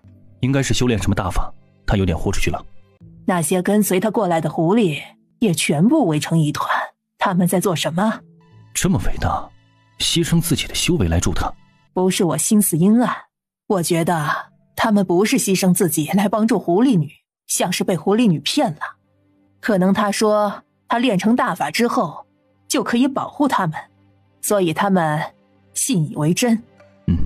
有这个可能。还不够，你们不能有所保留。我说练不成，那大家就一块死了。他这么一喝，狐狸们尾巴都翘了起来，毫无保留地继续输送灵力，而这样输送灵力所产生的浊气会留在他们的身边。提炼过之后的灵力送给了赤狐女皇，她既接受了灵力，又不会多添浊气，相反，她吸收了灵力之后有一个吐纳，她自己产生的浊气又回流给他们。高啊！反正他们颠覆了狐狸在我心里的印象。我一直以为狐狸是狡猾的，至少是聪明的，像这么愚笨的少见。狐狸女才是真正的狐狸女，她混得这么成功，不是毫无原因。他们都称你老狐狸，我如今觉得倒是侮辱了你。还真是。继续盯着，龙啸就发现更不对劲儿了。狐狸们最后竟然拖出了自己的圆珠，1000余圆珠在空中转动。傻成这样？不对，是被吸走的。吞下圆珠的赤狐女皇头顶上有光芒聚顶，真是高招啊！一石二鸟，先靠他们输送灵力过来，增强他的灵力修为，再削弱他们的灵力修为，那他就有足够的力量把他们的圆珠吸过来。好歹毒，要出手吗？还是袖手旁观？如果你不忍心，可以出手，但我觉得你下去不够人家塞牙缝的。我有自知之明，我说您要不要下去？我这个人不大喜欢自取其辱。没有元神归位的龙没什么资格说狠话。身为赤狐神，竟然修炼邪法，一看就知道不是什么正经狐家，不招惹。太毒了，最毒妇狐心呐！那你觉得他能抵抗得住大劫吗？就算扛得住大劫，也扛不住睚眦啊！他吞了这么多圆珠，睚眦能放过他吗？一定会追着他来吞，睚眦还省了事呢。不过他也不知道睚眦会来，以为躲过了大劫便可万事大吉。练成了！这群傻子竟然助我练成了黑魔大法！我还怕什么大劫？入魔了，睚眦会更喜欢他。哼，你们瞑目吧！多谢你们赠予我修为和圆珠，我永远都会记得你们，记得你们舍生忘死的追随与成全，也不要怪我心狠，我必须烧掉你们的尸体，以免你们残留的浊气损我赤狐领地。他倒霉了，不该烧这些尸体。真的？好啊，哈哈哈，好啊！看他倒霉，我就高兴了。是不是睚眦要来了？不是，他们死了，浊气会钻入他们的身体，但是一旦焚烧，浊气又会再散出来，找他们的圆珠。目送赤狐女皇归西之后，龙啸和大长公主立刻消失。死得真好，死得太轻巧了。倒也不算轻巧，过程是极其惨烈的。他一个承受了这么多狐神的大劫，他们其实也算因祸得福了。如果不是这样的话，他们要么死于大劫，元神飞散，要么被睚眦吞了。现在圆珠还在，还有机会。赤狐皇掩面哭了，哭自己的软弱，哭自己的无能为力，也哭着一线生机。他甚至没有颜面说任何的话，最后只是哽咽地对大家说了一句谢谢。这一次睚眦是在大劫之后才来的，那他来我们这里或许也是这样，我们就能先对抗大劫了，对不对？我原先也是这样想的，但是也慎防这是计，他先用这样的方式来麻痹我们，我们所有的力量如果都用来抗衡大劫，就会给他们可乘之机。我也是这样想，所以我们的策略还是不要改变。龙清若取出阴弹递给东方镜，先拿着，或许真的有力量。如果真有力量，你拿着。你反正会保护我，你拿着，他的力量我又用不了。别推来推去了，如果真有力量，那我们全部都安全了。东方静觉得有道理，便揣在了怀中。董卿若之前的感应很正确，大劫在他感应的36个时辰之后来到，一时间惨叫连连，满地的狐狸与花神打滚。阴兵和杨鬼差深呼吸一口气之后齐齐冲了出去。当鬼和鬼差的优势就出来了，飘得快，而且没有形体，意念一动便转移。看准了闪电劈在赤狐和花神身上的时候，他们就去拽，把他们脱离出去，让闪电劈空。按照原先的策略，东方静他们负责护住修为比较高的，帮他们度过大劫，然后一同对抗伢子。修为低下的就靠阴兵和洋鬼差们去拽，尽量躲避，减少伤亡。外头守着的7大神族见此状况，也想进来帮忙，但龙皇正欲一声令下，却见另外一团黑云翻滚，一股强大的力量牵动雷电，朝着7大神族劈了下来。伢子来了，随即一道结界封住了赤狐族。这结界不简单，泛着黑气，很快黑气就形成了10丈。这不是简单的结界，是族界，隔开了魔族与神族。这族界不能轻易冲破，因为族界之下是无穷无尽的魔，一旦冲开，魔就会认为入侵，会一同出战的。但是这族界却不能轻易下，因为族界只有一个，如果打破了，魔族又不能取得最终胜利的话，以后神族去魔族就等同入无人之境。素来魔族族界只有能力最高的魔掌控，换言之，伢子已经拿下了魔族，而他用了族界，也逼得那些魔成为了他的后盾。因为就算不是帮伢子，也一定要维护族界的安全。7大神族如果要攻破族界，他们也不得不出手，如此便是一场神族与魔族之间的大战。或许这就是伢子最终的目的。7大神族的领主马上商议是不是应该破了族界与魔族一战，但是两族本来就是井水不犯河水，除非是有特别嗜血残毒的魔才不得已出手干预。现在真的要挑起大战吗？东皇沉着，先看看，如果他们能取胜，杀了伢子，那么魔族的族界就会退回去。如果万一，我们攻进去吧。但最好他们能取胜，否则的话，族界一开，这一战怕是要伤亡惨重了，而且谁胜谁负都不知道的。老石龙，他们但凡有败绩，我们就闯进去吧。我不能眼睁睁地看着他们在里头挨打的。先稍安勿躁，先给他们足够的信任。他们原先不让我们掺和，就是怕我们神族有伤亡。他们有这份责任心，有这份担当，很了不起。你放心，我们都盯着呢。天空上，只见天界的神仙也纷纷来到，天兵天将站在了云头上，手持武器凌空看下。天尊自然也来的，但站在天尊身边的那位大佬却是天界的大佬天帝。龙皇带着其他神族领主上前见过。龙皇放心，朕今日来便没打算袖手旁观，如果需要天界出手，朕愿意与诸位一同迎战。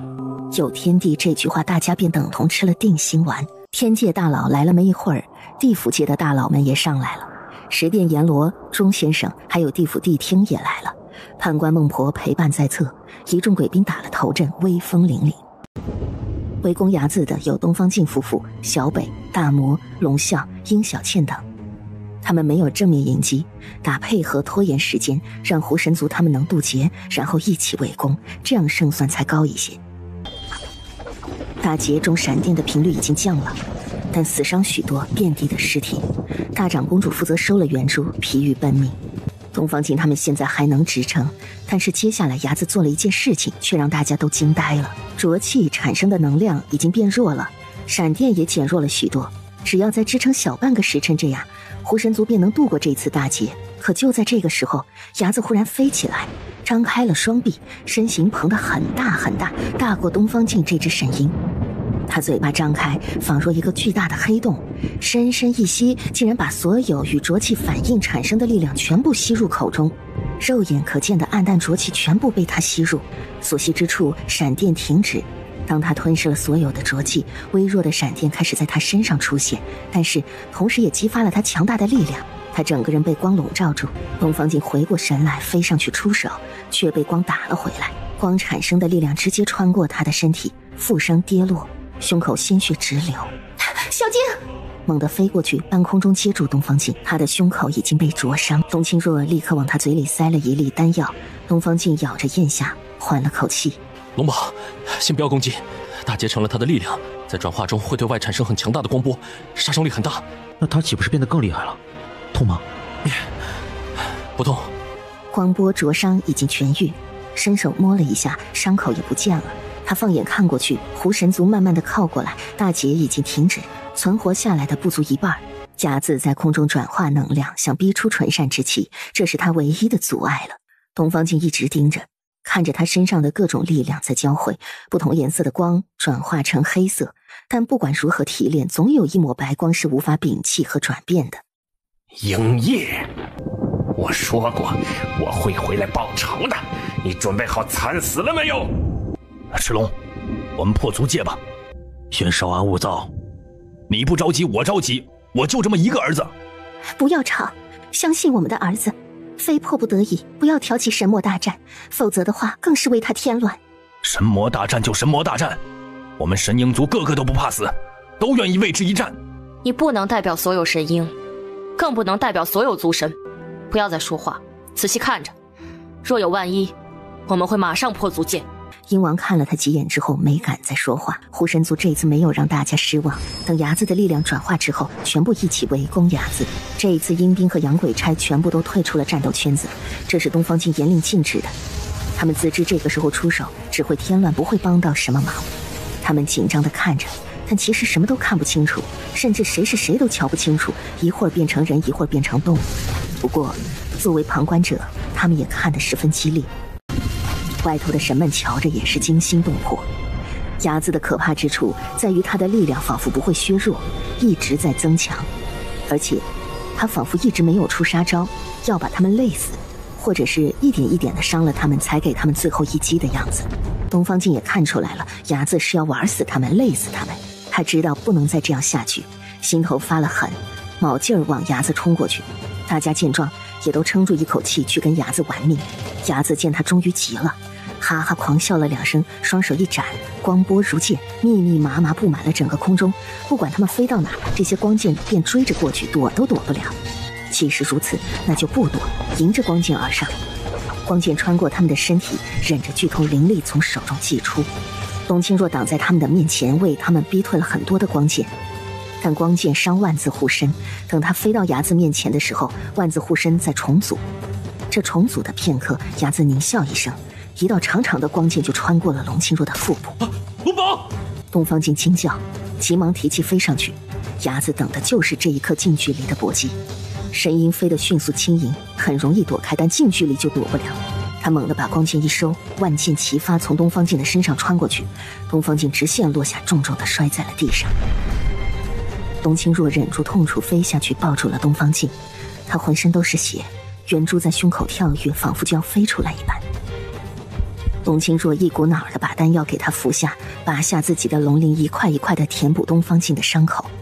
他自己腹部也受伤了，不断出血。东方镜想阻止他，但是伤势过重，竟没有力量。见东方镜和龙清若受伤，大家都杀疯了。外头也已经在破足戒，这一次龙皇都不愿等了，再不进来，他们就要全军覆没了。董卿若简单的处理了一下自己的伤口，白着脸放眼望过去，狐神族是伤了大半之多，赤狐皇也是在苦苦的支撑着，但估计也抵挡不了多久。大魔和小北他们全部负伤了，伤势颇重，负隅顽抗罢了。再看伢子，他又飞上去开始吸收一切散出来的气，他比之前更元气十足，红色的眼底充满了杀气。小姐，你好些了吗？东方镜看到他拔下这么多龙鳞为他疗伤，却丝毫不露出痛楚之色，强撑着身子坐起来。我感觉好些了。龙宝，你痛吗？不痛，你休息一下，我去帮他们。东方镜看到他们在外头破足戒了，心里头顿时升起了不妙的预感。这是要3界混战了吗？而再看伢子，没有阻止他们破足戒，仿佛3界混战就是他想要的结果。他甚至还不断地追着龙啸攻击，逼迫岳父加快破足戒。他忍痛飞起来，到了足戒边大喊：我要进来！再不进去，你们就都要死了！不能破，听我的！3界一乱，则人间界也要大受影响。到时候恶魔横行，人间将是地狱，伢子要吞并人间界。怎么了？他的目的是要控制人间界，不能让神魔大战发生，会连累人间遭殃。再给我们一点时间。鹰爷，如果到了万不得已的时候，朱大蛋使出万字大法，他可以的。不要！万字大法？东方镜心头一沉，董宝不会万字大法，只是看过而已，都没真正的练过。但这不是最重要的，最重要的是万字大法毁天灭地，一旦使出，这族界内的一切都将会被摧毁。他东方镜如果要维护人间界，死得其所，但是他们呢？好，尽管使出万字大法，全部都死在这里。鹰爷、龙啸，你问问他们是否都愿意跟随你们死在这里啊？全场肃静下来，只听到休战期间的喘息声，还有一双双惊恐的眼睛。鸭子见状独急一声：今日你们被困于此，要从我手中逃脱绝不可能。但今日我网开一面，给你们2个选择。第一个选择，你们联手杀了鹰夜和龙啸，我放你们离去。第2个选择，你们互相厮杀，谁若是能杀10个以上，我立刻放他走。如果是其他神族，我觉得他们不会围攻你们，但这些原先就是那样的性子。我去跟花神说说。大长公主起身便召集了花神开会，赤狐皇那边也把赤狐召集起来一起讨论。你什么都别管，抓紧疗伤，我试试练万字大法。你万一真能使出万字大法，那我们全部都要死在这里了。阿静，你刚才说破了族界会连累人类遭殃，这是怎么回事啊？族界一破，魔族必出，一旦神魔开战，天界也在其中。这一乱是几千年甚至上万年的，对神族和天界来说，乱上1万年不算什么大事，但人间可就惨了。雅自如今掌管了魔族，只是让魔族与天界神族开战而已。他真正的目的是想趁乱统治人间界和地府界，打造新的地狱。没错，神魔开战，谁还顾得了人间界？人间城炼狱，那还得了？谁敢来动你，哥哥就杀谁。对，我们一定会保护你的。要保护阿静。你们是有这个心，但是没这个实力呀。就算你们站出来保护小静，也只是拦在小静面前的几具尸体而已，人家一脚就踏过来了。兄弟们的脑袋顿时垂下，是有这个心，但是没有这份力呀。那就全指望您保护阿静了。小北看着那些一群一群聚在一起商议的神，他觉得他们不至于那么愚蠢，过来围攻小静，实力碾压呀。但如果不围攻小静，他们自相残杀，那也够呛。龙川实在看不下去了，打不过去。你们还要商议什么？这2个选择对你们都是个死，是在我们手中，或是死在睚眦手中，这才是你们要选择的。我们不会伤害鹰夜的，那你们想自相残杀吗？你们去杀了花神族，花神族又来杀你们，杀10个能活1个，杀到最后1个都不剩，你信不信？你这么算也不对啊，杀10个能活1个，最终活着出去的还有一部分。好，拿你举个例子，你杀了9个，但在你杀第10个的时候被杀了，那你之前杀的9个不就白杀了吗？谁能保证一定杀足10个？有的杀了4、5个、5、6个，然后被杀了。这么算下去，谁能真正活着出去？杀到最后只剩下10几个，但大家都还没有完成任务，你们剩下来10几个，是不是要互相厮杀？还有，你们确定杀完10个，睚眦能放你们出去吗？横竖是个死，那就干脆一开始抱着必死的决心跟他拼了。你不用这么紧张，这2个选择我们都不会选的，不会杀鹰夜，不会自相残杀，我们只是商讨一下有没有别的办法。没办法，只能拼了，命就算丢在这里，也好过当逃兵。如果真的上下一心，就过来一起商议对策。慢慢的，赤狐和花神族都聚在了一起，以东方镜为中心开始商议起来。龙清若没说话，坐在一旁努力回想起万字大法的口诀。睚眦不相信他们真愿意放过这个逃生的机会，他相信半个时辰一到，他们就会互相残杀。东方镜他们商议不是真的商议如何打赢睚眦，只是在讨论牺牲的问题。人间界来的肯定都愿意为人间界牺牲，但是赤狐和花神还是有些犹豫。其实就算3界大战，一定可以把魔族杀之灭之的，我们犯得着送了自己的命吗？人间何其无辜？人间和我们又没有什么关系，素来天界战争都是人间受罪的，这不是亘古不变的定律吗？忽然有这么精通逻辑的赤狐，大家十分意外，所以大长公主在片刻沉默之后夺了龙啸的法器，上前对着那赤狐就一顿狂揍。哼，人间也有一条定律，最贱的都要挨揍。赤狐神被他拿着法器锤，一点还手的能力都没有，呀呀的发出了几声惨叫之后，便又识时务的说了句：横竖都是个死，那还真不如有点贡献呢。死，大家没试过吧？觉得死很可怕，但我跟你们说，死一点都不可怕。死不是终结，死是踏入另外一个世界的开始。那是一个安乐祥和的世界，没有纷争，没有罪恶，可以每日修炼而没有浊气。我们的灵魂元神也是一样的，生于这洪荒宇宙，我们死后也会飘于此，不会消散，与这日月一起，与这山川湖泊一起，与这天地一起，等待一个机缘。机缘到了，又可以从头再来一次。所以死也是生，生也是生，生生不息，永不磨灭。所以我们也不用恐惧死亡，我们向死而生。大家都听着朴丞相说话，人间界的不信这话，但是赤狐与花神相信啊。这人间老头实在看起来很睿智的样子啊。董卿若闭着眼睛是听到了他的话，不自觉的就跟随他的话去冥想，心头还是默念着万字大法的口诀。茫然大地，宇宙洪荒，那山川，那湖泊，那日月，那交错纠缠的气，生生不息，永不磨灭，向死而生，向死而生，向死而生。触角伸出，不断的伸长，小绒毛迎风飞舞，仿佛张大嘴巴在使劲吸收着这里的气。大家都看着这些绒毛，但是他们的眼睛不足以看到每一根绒毛其实都是一根触角，触角上又有数不清的绒毛。他们没看见每一根绒毛仿佛就是一个世界，有许多他们瞧不见的物质，有他们看不见的风暴。东方镜看到他和龙宝曾经用同一颗圆珠，他们心意相通。东方镜抱住龙清若，往他唇上一吻，圆珠缓缓地渡过去，两人唇相接触，有淡淡的金光。元神归位后的东方镜，圆珠储存了他所有的灵力，也是他生命的根源。董卿若大骇，一手推开他，见他已经把自己的心脏刺穿，鲜血淋漓，把衣衫全部都打湿了。董卿若颤抖失声：“小静！”小静倒在了地上。他不死，圆珠就会回来；他死了，圆珠就能安心的在龙宝身上。大家扑了过去，失声痛哭，却没发现他怀中的鹰蛋被血打湿，光芒更炽。鹰蛋的光芒开始变得很灼眼，慢慢的升起，在东方镜心脏的上空，通体燃血，光从里头照出来，把血照得红红粉粉的。忽的鹰蛋直线下坠，没入了东方镜的心脏。董卿若还在哭着，忽然看到小静动了一下，她一手抱住小静，小静你怎么样？伢子看出端倪来了，不等半个时辰来到，便马上开始袭击，往东方镜的心脏刺过去。大家方才被朴丞相洗脑了，不愿意内斗，只宁可死在这儿。只见伢子来袭，他们一同跃起，合力反击。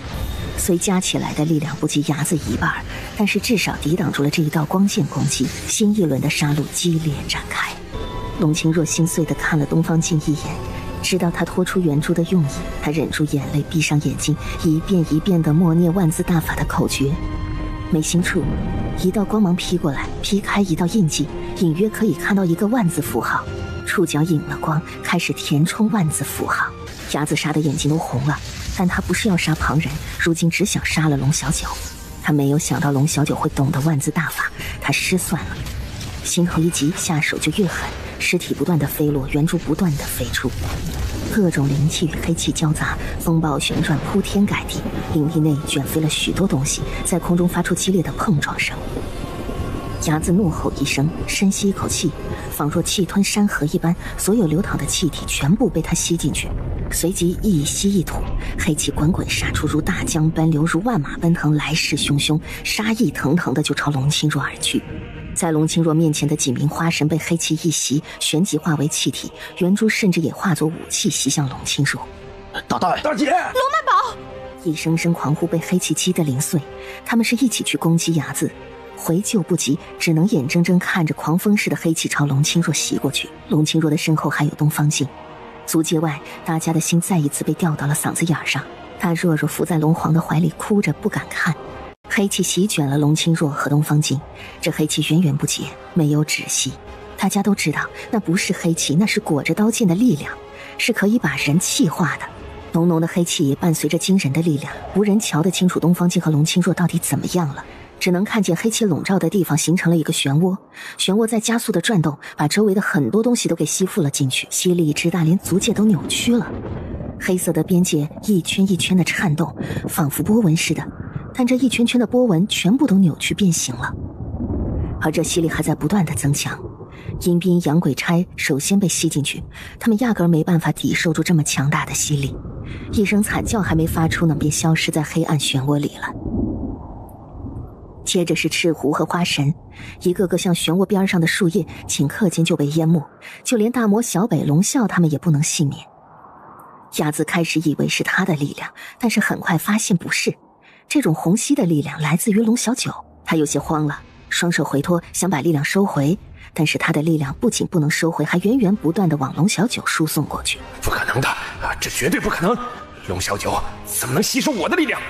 他惊慌失措地看过去，只见黑色漩涡中什么都看不见，除了一道金色的万字印记，印记已经灌满了灵力，隐约还能看到一个发光体，仿佛是那发光体在吸收力量。但那发光体变大了，一圈一圈的增大，且是快速地朝着他的方向蔓延过来。不，是朝四面八方去蔓延。他看清楚了，是一枚鹰蛋，方才吸进去的人和神们全部都在鹰蛋里，没有看见龙小九。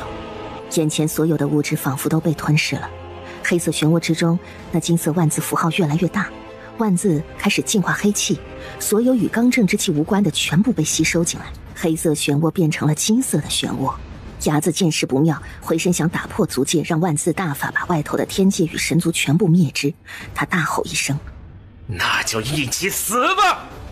他的力量还没抵达足戒，便被金色漩涡吸进去了。随即，一条金龙从金色漩涡里飞出，身后的力量发出了震耳欲聋的爆炸声响，万字散出，如恒河沙数般多。赤龙腾飞，带着万字奔袭而来。伢子只见眼前一片青色，耀眼夺目，灼得眼底生痛。他踉跄的飞起，便觉得全身尖锐撕裂的疼痛传来。除伢子之外，湖神领地到处都在发生爆炸，金色万字所到之处破坏力惊人，地动山摇，神族巨石被掀起，湖神还碎裂化作尘埃。与此同时，鹰蛋发出白炽的光芒，光芒甚至胜过了金光万字，像一座宫殿那么大的鹰蛋固若金汤，万字大法伤不了他。东方镜也在鹰蛋之内，他盘腿而坐，胸口心脏的位置没了圆珠，却有一枚小小的金色的鹰蛋。金色鹰蛋发出的光芒与大鹰蛋的光芒相连，这是屏障的来源。甲子发出惨叫声，撞向足戒，他死也要打开足戒，要么和他们一起死，要么把魔族全部放出来。但比他更快的是万字，一枚枚的万字符号打在了足戒上，速度飞快，瞬间整个足戒都布满了万字。万字发出的光芒射向牙子，如万道利刃往他元神刺去。他化作巨兽翻腾挣扎，试图拼死一击。他已经不记得要杀的是鹰叶，现在只想杀了龙小九。他四处乱撞，反而被更多的万字定住，全身布满。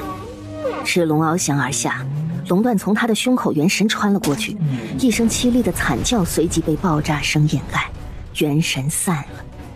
万字大法没有救赎，被他吞没的神或者魔都化作了天地之间的气。董清若缓缓落下，化作人形，在一片尘埃滚滚之中对魔族足戒伸出了手，万字钉细数飞回，足戒被剥落，消失在他的手中。他弱弱扑了进来，抱住了他，哭得浑身颤抖，不能自已。天界神族全部一拥而尽，鹰王朝鹰蛋奔去，站都站不稳，跪在了地上，满脸是泪水的触着鹰蛋外壳。但见鹰蛋徐徐的收起，方才被吸进去的神和人全部都安然无恙，丝毫无损。本来受了重伤的，如今都没事儿了，仿佛不曾受过伤一般。这是天雷火神的救赎之力。鹰王抱住了儿子，使劲打他的肩膀，嚎啕大哭：“你要吓死爹呀！爹就你这么一个鹰疙瘩，你死了爹怎么办呢？”鹰娘推开了他：“你还敢打他？他都受伤了，你还敢打他？”爹，娘，我没事，我知道自己会没事的。是朴丞相那句向死而生让他有所触动，而且龙宝在那个时候和他心意相通了。东宝，有个事情要告诉你，但你要保持冷静啊。你出轨了？那不好意思，我冷静不了。这个问题你永远不需要担心，除你之外，旁的龙啊、鹰啊、人啊，通通入不了我的眼。我也是。你应该是怀孕了。谁说的？我怎么不知道？我去问了赵母龙，他们说你们赤龙只有在怀孕的时候会嗜睡，你都困了好几天了。我只是累了而已啊，我肚子里怀着一枚蛋啦，不能够。你精力无穷，怎么会累那么多天呢？你以前试过吗？但他们也没看过我呀，只凭我困倦就说我怀孕，我不服。龙宝，如果真怀孕了，你不高兴是吗？如果龙宝不高兴，那我也不欢迎这个小孩。我们还没大婚，我还没过够自由的日子呢，我当然不想现在就要孩子啊。龙清若打了一个哈欠，好困呐，他藏回被窝先睡一觉，醒来再做打算吧。小静，我忽然记起来一件事情，我睡觉之前你是不是说我怀孕了？才回过神呀，心多大呀！准备饭菜。但我什么都没感觉到啊，触角也没跟我说。怀孕真是一件很神奇的事，除了饿肚子之外没有别的感觉了。龙宝，我知道你一直也没准备好当娘，我也是，我也没准备好当爹的，所以这孩子咱们可以考虑就是先不生下来，我以力量封住，等到我们都做好准备想有孩子的时候，我们再移回去，如何？为何要这么复杂呢？不能直接生下来吗？生下来？你的意思是说你愿意生下来？这不是我愿意不愿意的事儿啊，都怀上了。但是这个不该啊，咱们每一次都有做措施的。那帽子大概是不管用的。管用倒也不是绝对管用，但按说尺寸小了的缘故啊，真是应该多带一个的，以后要记住才行。我要下蛋了。这是要下蛋了吗？肚子痛吗？我肚子不痛，就是有点下坠，有点闹，但我流血了，我的血很贵啊，好浪费的。不要坐起来，快躺下。娘，快来！阿静啊，生孩子的事咱男人不能掺和。我原先就掺和了，现在也要掺和。会有一些痛，但你要抵受住，能不叫就不要叫，留力气。会很痛吗？不会太痛的。阿静，你看起来很乱，你去一旁深呼吸，别把紧张的情绪传染给他。东方静走出去一边去了，深吸了几口气，便又过来守着问龙清若：龙宝，你觉得怎么样？现在开始痛了吗？不痛的，小晴，你别这么紧张。我是头胎，就算出血了也不会马上生出来，要折腾一点时间。好，我陪着你，我不紧张的。但怎么能不紧张呢？要生孩子了。他们一回去我马上就生，多守几天都不愿意，活该他们看不见。东方静想起老丈龙，觉得他如果错过了这一次一定会跳起来的，所以他转身出去找刺儿多多，让他去找血魔，叫血魔想办法通知神族。刺儿多多刚出去，便见倏然黑暗的天空忽然红霞漫天，随即就闪了一道火树银花的闪电，天边像是裂开了般，有风迅速地席卷过来，电闪随着风而来，把暗夜劈破，与漫天红霞接壤，红霞一片片地延展开去。这奇观虽然是发生在夜晚，但是如此大阵仗，引得百姓们纷纷去观望。晋王府的人也是如此，震惊得很，纷纷跑出去院子里抬起头看，其中就有龙清若，她是推开东方静，提着带血的裙子跑出来的。她跑出来的时候，东方静吓得心脏都快停顿了，想一把抱起她，奈何她跑得飞快，她还不敢直接拦腰抱，肚子太大了。哇，太好看了，怎么会这么好看啊？龙宝。东方静等他站定之后才敢伸手抱他，但着实吓得要紧。快抱他回去，再好看不如我孙子好看。龙清若被迅速抱回去了，他躺在产床上，稳婆们过来帮他宽衣。他刚脱下了裙子，便见一道金光劈了进来，强光迅速充满了整个屋子，所有人的眼睛都睁不开，甚至连东方静和龙清若都被强光灼得差点要闭上眼睛。但是以他们的修为，还是能在这强光中依稀瞧见一些东西。龙清若其实是刚去掉裙子，连产乳都没盖上去，随即是啼哭的声音响起，哭声洪亮，震撼了整个外院。等强光闪退，东方静下意识地把被褥盖住龙清若。稳婆惊叫一声之后，已经钻进去，便见一阵剪刀的飞舞，没一会儿便利索地抱着婴儿出来。娘。东方静呼吸有些困难，但下意识地看向龙宝，龙宝却已经坐了起来，一点都没有生产过后的艰难。来，给我瞧瞧那俩小鱼头。小静，咱真生了正常的人间幼崽吗？生出来的时候觉得就是人间的孩儿，但后背估计是要长翅膀的，已经红了一块。还有他们的头顶啊，有一块淡金色的硬片，估计是龙鳞。那以后会不会在人的身体上长龙鳞啊？不会的，应该是要变龙身的时候才会用到那块龙鳞。哦，那还好点。董卿若想到那个画面就有点受不住。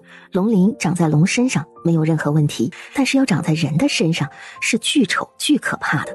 你想瞧瞧吗？我抱过来。也好。没一会儿他抱着孩子回来。这就咱们的孩子啊，长得这么好看。小静，我们要失宠了。龙宝，任何人都取代不了你，你依旧是我心头最宠最宠的。我也是，我最宠的也是你。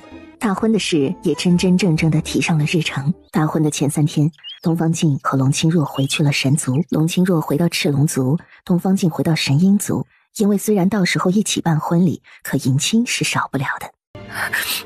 娘，我以后会懂事的，不会再气龙爹，我会好好疼他，多些陪伴他的。你龙爹听到这句话会很高兴的。他就在外面偷听。他弱弱失笑，瞧着殿宇外头，看到一条长长的椅子，小金确实悬浮在外头，偷偷的听他们母女话别。龙皇心里酸呐，说不出的酸楚。